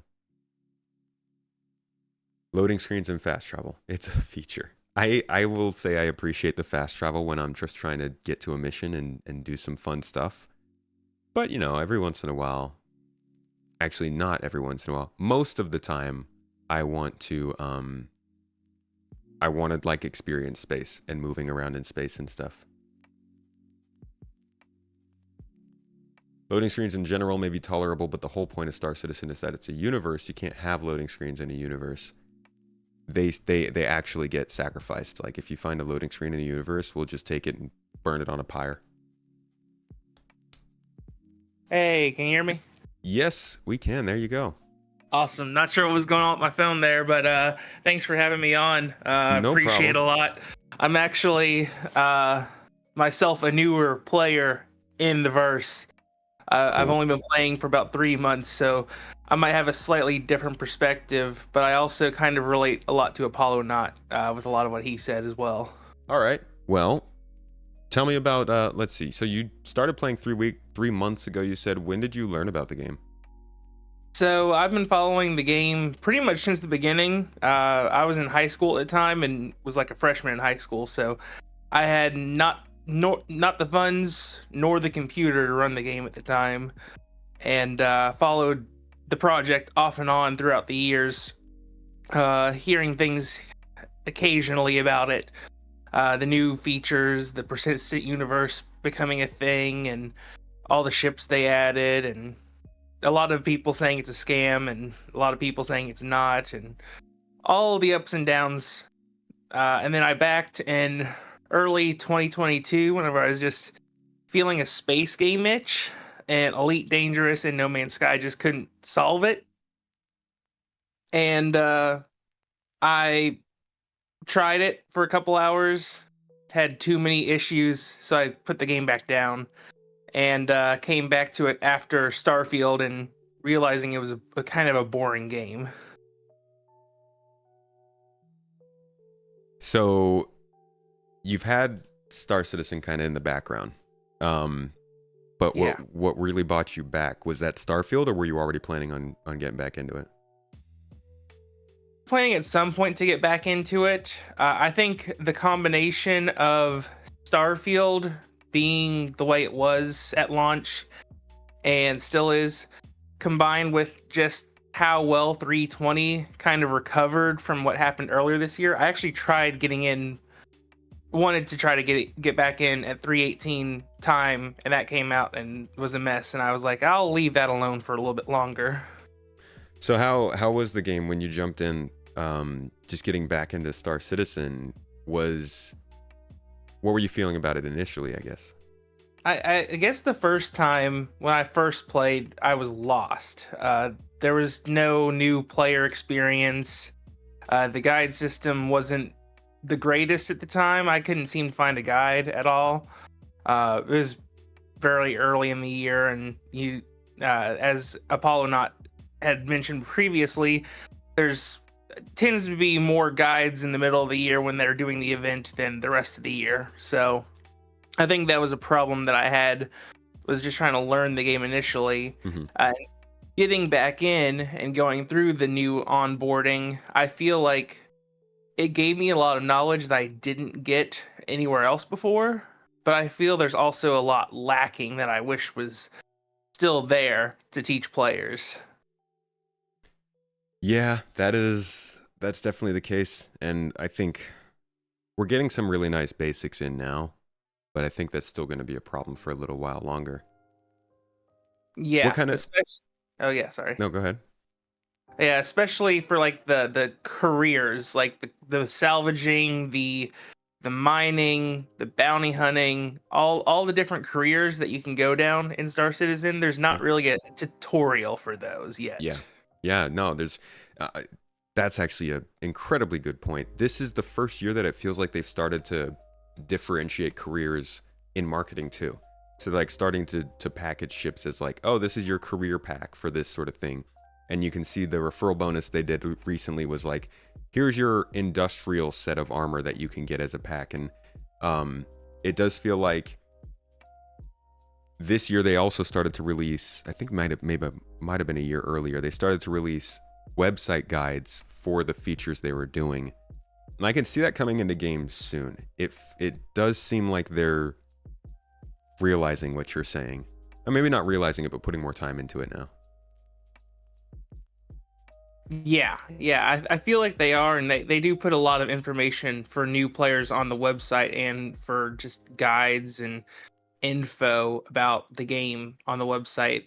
But I do wish there was a place accessible in game, because many people aren't going to have a second monitor to pull up the website or whatever they want to do. So having it in game would be really nice, and I think the Galactopedia update that's coming in the game at some point in the future after the star map will hopefully add to that. Yeah, that's a great point. I think they've got a long way to go when it comes to making people feel comfortable in the game. Like everybody, and we've talked about that throughout this show, everybody who we would invite into the game is like somebody that really wants to play, as opposed to maybe somebody who's just kind of considering it. Yeah, I completely agree. I really had to really want to play to get into this game and put my mindset to learning all the systems when I decided this was what I wanted to play. And I've spent the last 3 months playing near daily and learning so much, and yet I still feel like I know nothing at the same time. Yeah. So you started playing seriously this game. What is the feeling and the idea that you were getting from that gameplay over the last 3 months? Like, I'm guessing you were getting more into kind of group gameplay and maybe some industrial stuff. What was that telling you about the direction of Star Citizen? The direction of Star Citizen, they're clearly trying to expand it out, and they're trying to make it truly, as was advertised a long time ago, a second life that you can live inside of the game, where you have choices to go and do whatever you want. You don't have to get, kind of pushed into doing combat all the time. You can avoid combat altogether if you want it to. You can never touch a gun. You can never go do a bounty hunting mission if you wanted to. And that's kind of the beauty of the game, where a lot of games, they kind of force you into the gameplay. They want you to go down. Yeah. This game just gives everything to you and says, go do what you want. It's a lot of option. And I like that they make you pay for it too. You get content. Well, that's the plan. I mean, there's a lot more to do, but the idea that you can go and do what you want, and then you also have to plan and deal with the consequences of doing those things is really cool. Yes.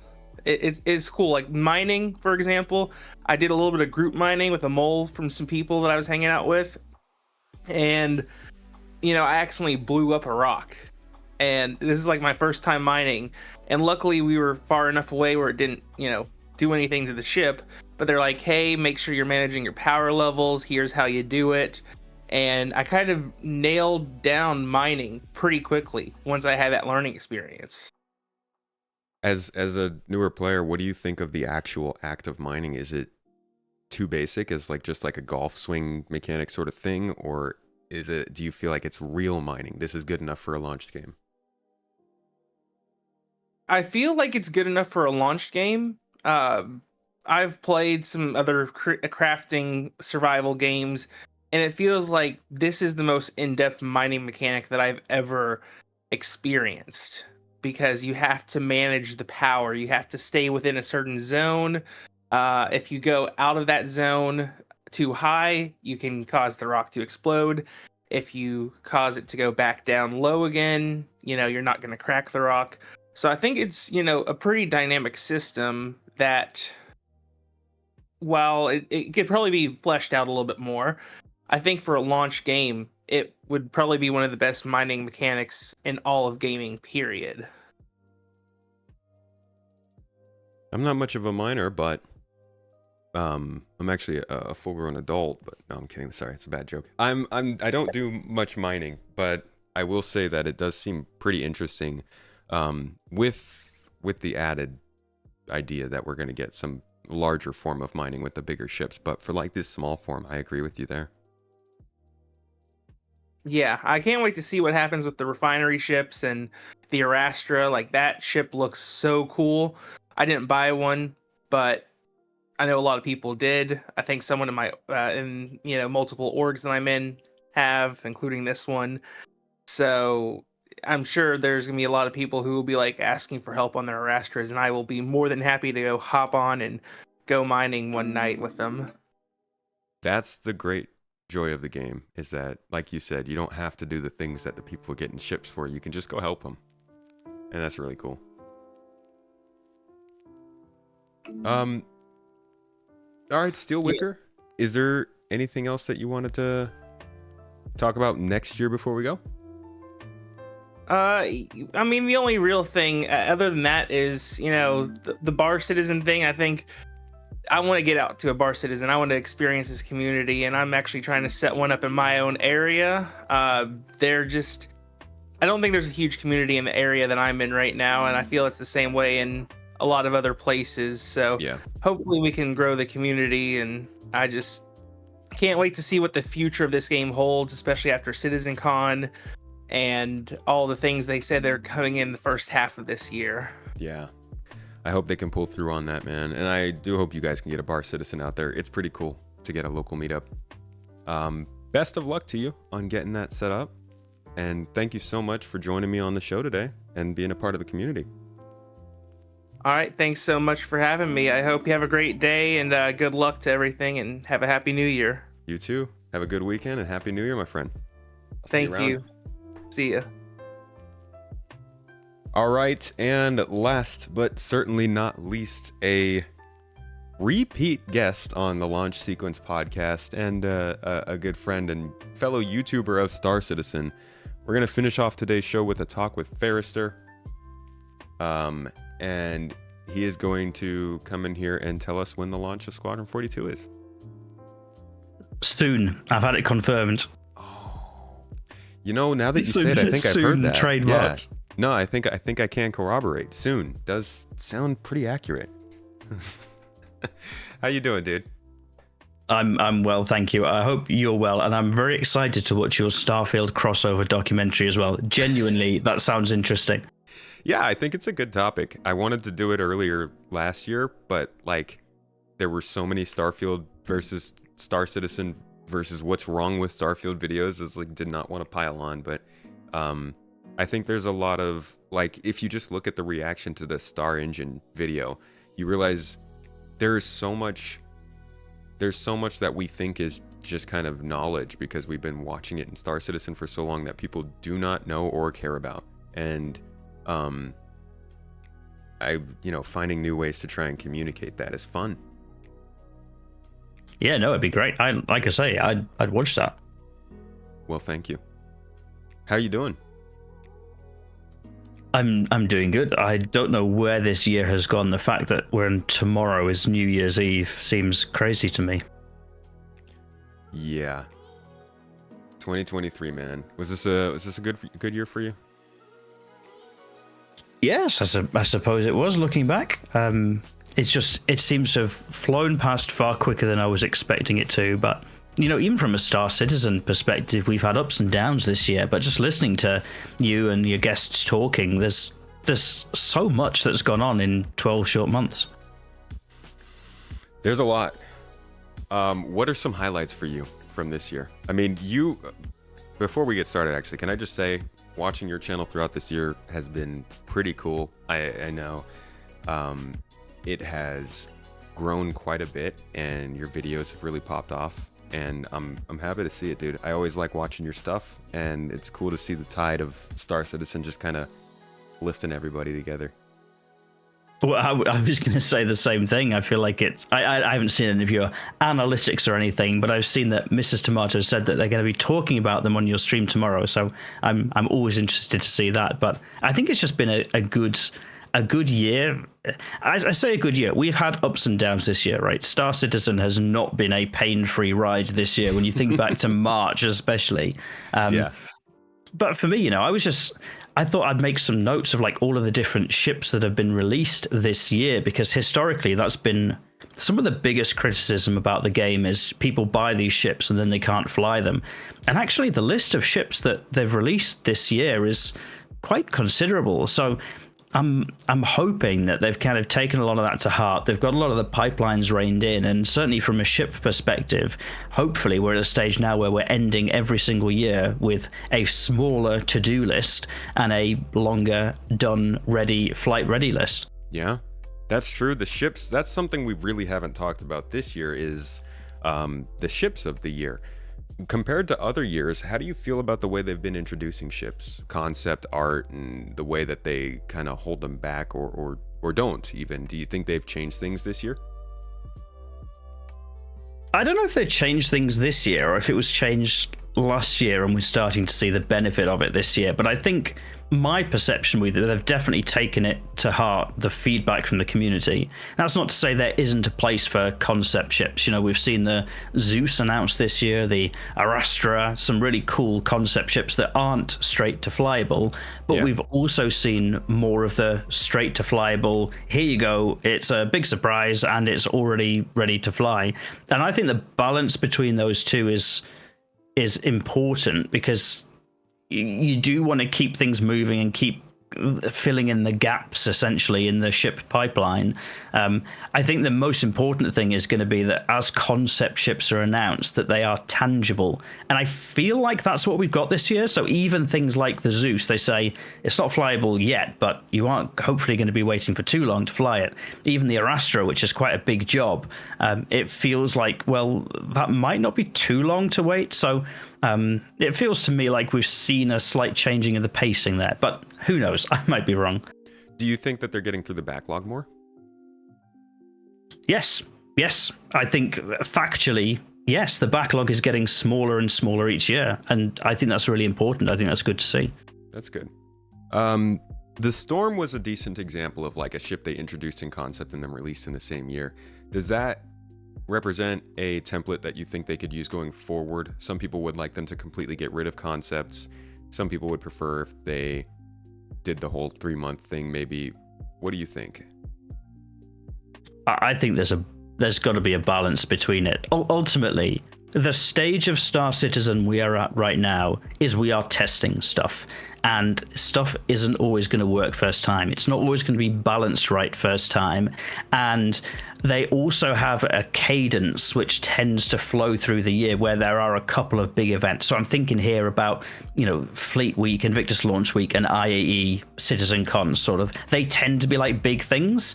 I think it makes sense for them to do a lot of their announcements at those big things rather than drip feed them through the year. But in terms of properly testing new ships as they're released, it makes more sense to do that drip through the year. So for my part, I think actually you could say from a game development and testing and actually making this stuff perspective, it does make sense that sometimes you would announce a concept at a time that makes sense to announce something exciting. It might not be flyable yet, but I think the most important thing is that you don't have a big gap between when you announce it and when people can first fly it, because that's been the biggest criticism of some of the other ships. And what do you think of so right now they announce it and then they work on it and then they release it and then there's exclusive sort of period. Do you think that exclusive period should be gone because like you're saying, so that people can see it and then fly it within a shorter period of time? Or maybe they get rid of the idea of announcing it early and only announce it when it releases and then say, okay, in 3 months you can buy it in game. How do you think that should evolve? I'm okay with it, and I say this as somebody who buys a lot of ships with Alpha UEC, right? I buy most of my ships in game. I'm okay with it for a couple of reasons. I think first of all, it gives a little nod to the backers who have purchased a ship to say, you know what, you bought into this in the early days. Here's a few months that it's yours. It's going to be a bit rarer. It's not yet going to be available. With it on the horizon, the fact that all of these ships are at some point going to be buyable in game, I think that's okay for me as a little nod to the people who've kind of backed a little bit earlier. But there'll be some people that don't feel the same way. I'm okay with that as well. I'm a pragmatist. I'm kind of see the need to cater to everybody. But then you have the people who might buy this concept ship right then, right? Like right when it goes on sale. That's great as well, as long as it's in the complete understanding that you don't need to buy it to play it, because in 3-6 months time the ships that you've already got are going to be quite sufficient to unlock this in game. I think people supporting the project with their eyes wide open to what they're supporting is something we should really celebrate, as long as they've got their eyes wide open to the fact that you don't need to spend more than the basic $40-50 for a starter pack. Yeah, it's helpful to get that information out there more. It's unfortunate how many people think you need to buy big ships to play this game. Let's get back to 2023, because it was a turbulent year, and you were covering it for the whole time. I mean, you were making YouTube videos throughout the year.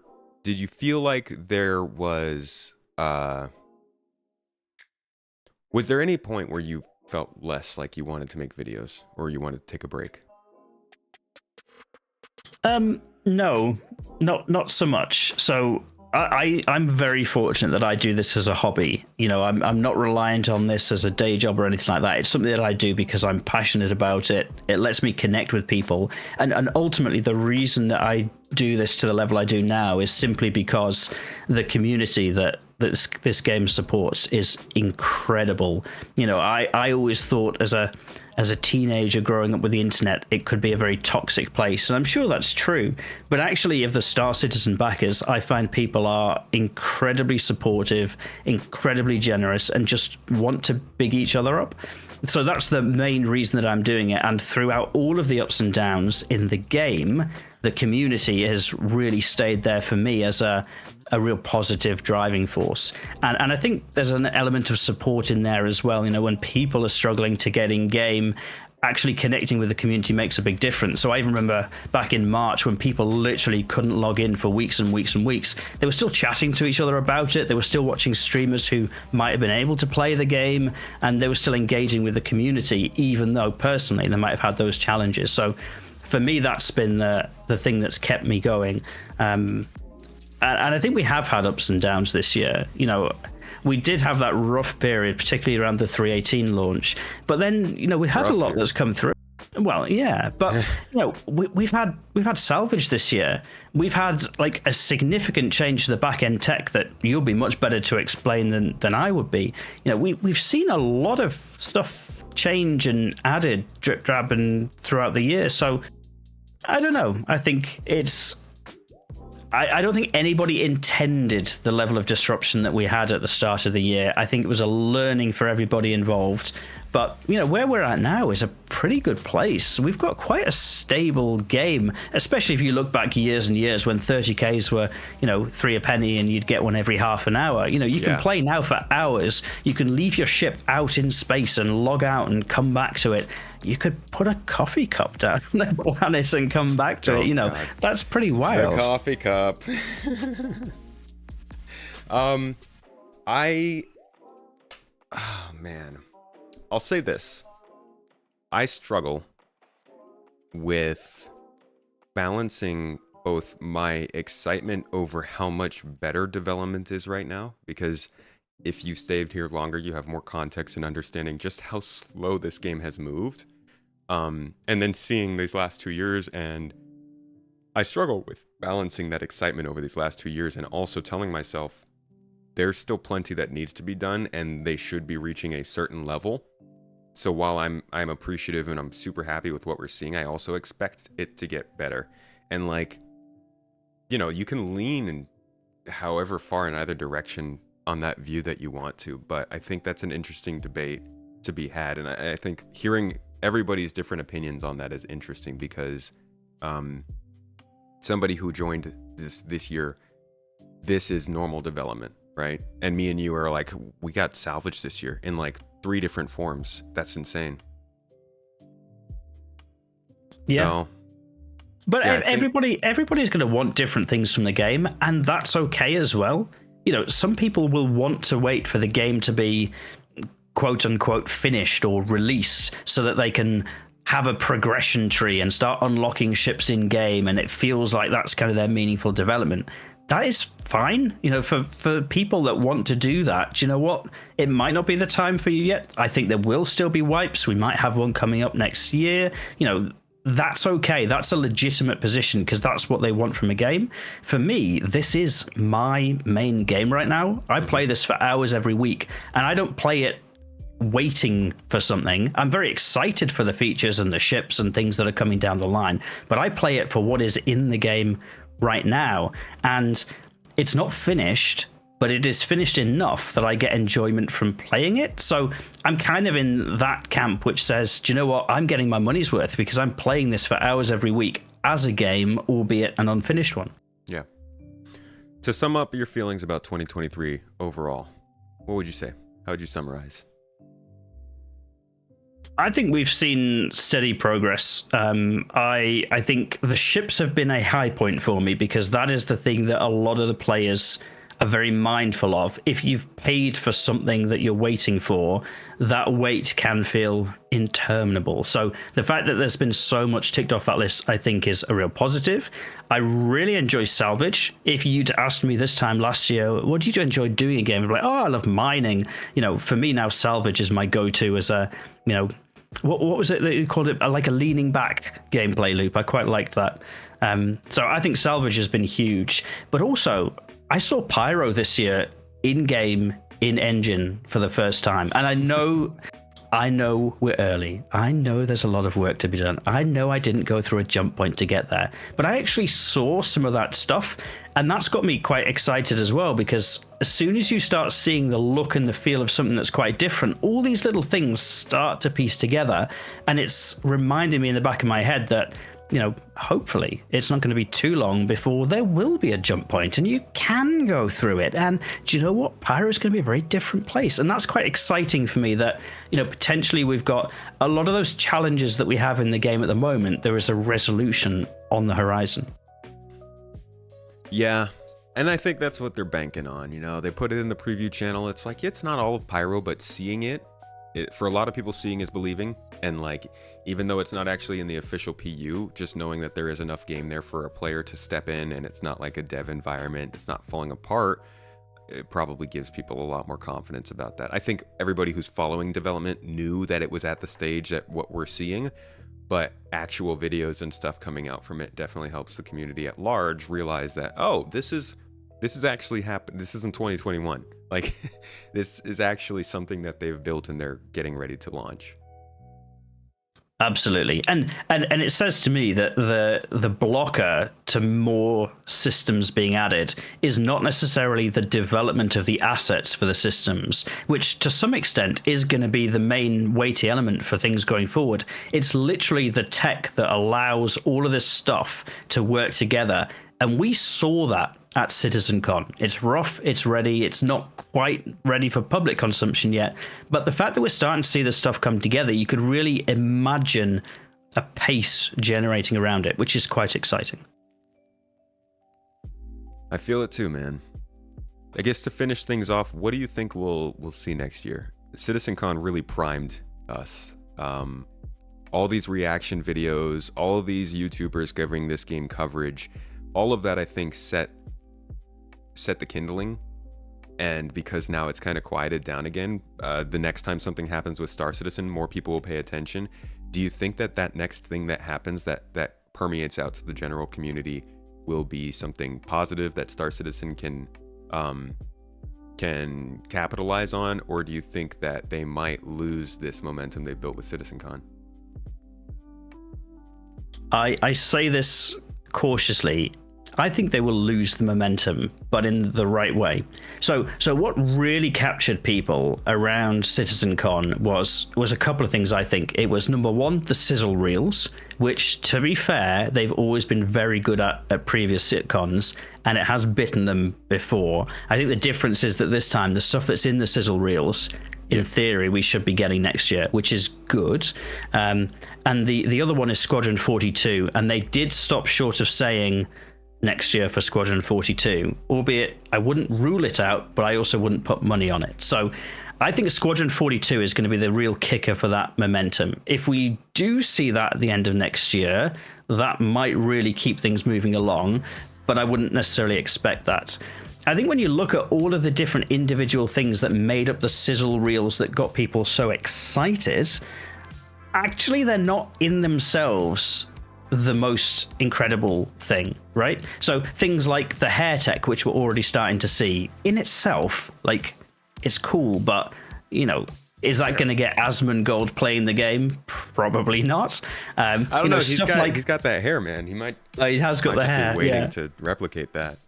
Hey, I might be wrong. but like, you know, all of those little things are little things in themselves. So yeah. I think when you're talking about momentum and hype, it's like when you put all of those together, that seems like a really exciting thing. But I think what we'll actually see next year is the drip, drip, drip of all of these things slowly coming in. For people that play the game, that's going to be really exciting because it's going to feel like there's little things being added all of the time. Whether or not that's enough to appeal to like the mass market or hype, I don't know.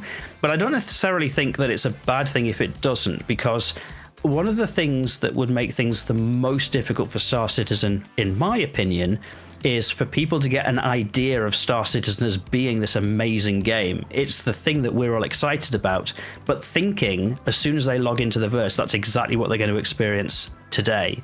And that's not the case. As much as, you know, all of that excitement is there, and that's why most of us are here and along for the ride and listening, we all know that when you log into the game in 2024, you're probably not going to experience that just yet. You'll be further along the path to that, but my nervousness is that people, if that hype train did continue, people might get an unrealistic idea about what Star Citizen is in 2024 versus as it develops over the next couple of years. So yeah, I don't think it'll be the worst thing if that hype train died down a little bit, maybe to be revived at CitizenCon next year when there's even more and we're closer to that. But for the people playing the game, I think that cadence of continually adding features, continually adding ships. I'm excited to see the jump point to Pyro potentially in the next year. You know, I'm excited for engineering gameplay. And actually, 2024 is going to be my 10-year anniversary as a backer as well. So I've been along for the ride. So I'm really interested to see, kind of looking back when I get to, I think it's August, looking back over the 10 years and looking at what we have and seeing how that's feeling. So yeah, an interesting time ahead. You're like two months ahead of me, so we'll be celebrating that together, man. Oh, well, there you are. We'll have to get together and do something in game. Yeah, for sure. All right, dude. Well, thank you for joining me for this final talk, closing out the podcast. Appreciate your opinions as always, and I'm sure these fine folks will catch you on launch sequence again sometime in the near future. Yeah, I'm sure. And can I just drop in? Since I'm the last speaker, I'll try and just drop in just to say thank you to you for everything that you do for this community, and Mrs. Tomato behind the scenes as well. The more I watch your streams or your videos, the more I realize just how knowledgeable you are and how you bring your personality to that and make it digestible for regulars like me that can't handle that complexity. Regulars like me. So look, thank you so much for everything that you do for this community. You're an absolutely awesome force. I'm so glad to have you with us. Well, thank you, Ferrister. I appreciate it. We've got a lot of sharp knives in this community. People making videos, streams, yeah, but like the people who are making websites, who are putting together guides, Discord community people, Bar Citizen, like this community, you know, it's what we've been talking about this whole day. This community holds it together, and I'm happy to be a part of that and help other people stick around and like find some joy here. I'm glad you're a part of it as well. Thank you for everything you do, and thanks to everybody in chat. Like we've had a great time in chat, just kicking it back and forth, debates, disagreements, hype, all really, it goes along because the Star Citizen community just kind of gets along for the most part. So thank you, Ferrister. Appreciate you, dude. Ferrister needs more recognition from CIG. I agree. Thanks, Mrs. T. We'll always stand for that, dude, because you do a lot for this place. As I said, your channel's done a lot this year. I've seen a lot of people come through and mention your ship videos, and yeah. So thanks again for coming on the show, dude. Of course. Happy New Year when it comes. I will catch you around, hopefully. If I don't see you before the New Year, then Happy New Year's, dude. And have a great weekend.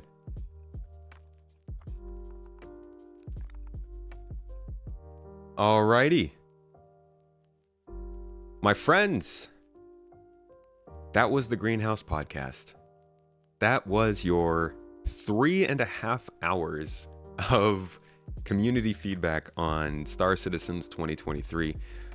CIG folks, I don't know if you guys are watching this, but if you did, I hope there were some notes. I hope this was helpful, but I also think this will just be really cool for anybody who is part of the community to watch and bounce some ideas off of, because we had a lot of very varied opinions today, varied topics, and varied amounts of time that they have been in game. Like, just so you know, between the different people we saw today, we had 3 years backing, 20 months, 11 months, 18 months, 8 years, 17 months, 15 months, 2 years, 10 years, 3 months, and the list goes on. So the perspectives we got during this show, I think, were invaluable. And honestly, this was our longest greenhouse yet. We will definitely be doubling down on this and getting more of these community opinions because it's been great. And clearly you guys also enjoy them. So thank you for coming and listening. I hope that 2023 was satisfying to you. I know there were some ups and downs, as there always will be, but I think that this year was really something significant for Star Citizen, more so than in the past. Holy crap, thank God we can say that. It has always been, I think next year will be significant because of what they've done this year, but no, we can actually say this year was very significant, and as is tradition, next year will probably be very significant too. Server meshing, engineering, Vulkan renderer, hacking, master modes, possible pyro system, possible mining missions, and there's a lot, man. I'm not even touching on all of that, but we've got more to talk about that in the coming weeks, folks. If you are subscribed to the channel, continue to do so. If you're not, consider checking it out. I've got videos coming out about new exploration gameplay, about what's to be hyped about for next year, what's not to be so hyped about for next year, and more and more and more. We've got good plans, but this has been the Greenhouse Podcast. I'd like to thank you all for coming. We'll have the Launch Sequence podcast up as well, with a Citizen Central to follow shortly.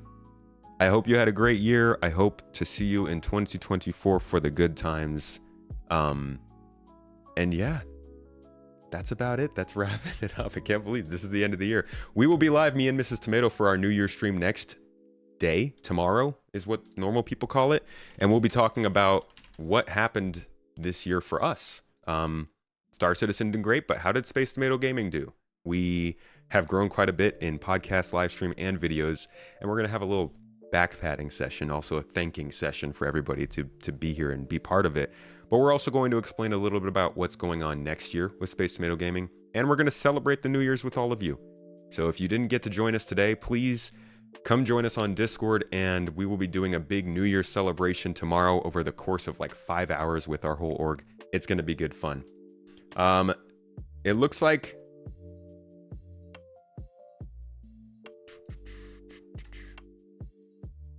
I'm being told to raid Paul, but I don't see him online. So I will send you over to Moist Noodle. It looks like he's on. Thank you, everybody. As always, you're great. I love you all. I hope you had a great day. I hope you learned something today. I'll see you around the Discord. By the way, my mom's great. She had her surgery, and she's in recovery now for the next few weeks. So we'll keep you updated on that as well. But thank you for the kind wishes for my mother going through this challenge. And yeah, catch y'all later. Thanks again for being amazing, y'all. Where is OBS? There it is. Have a wonderful day. Go give somebody a hug, eat something yummy, and I'll catch y'all later. Bye.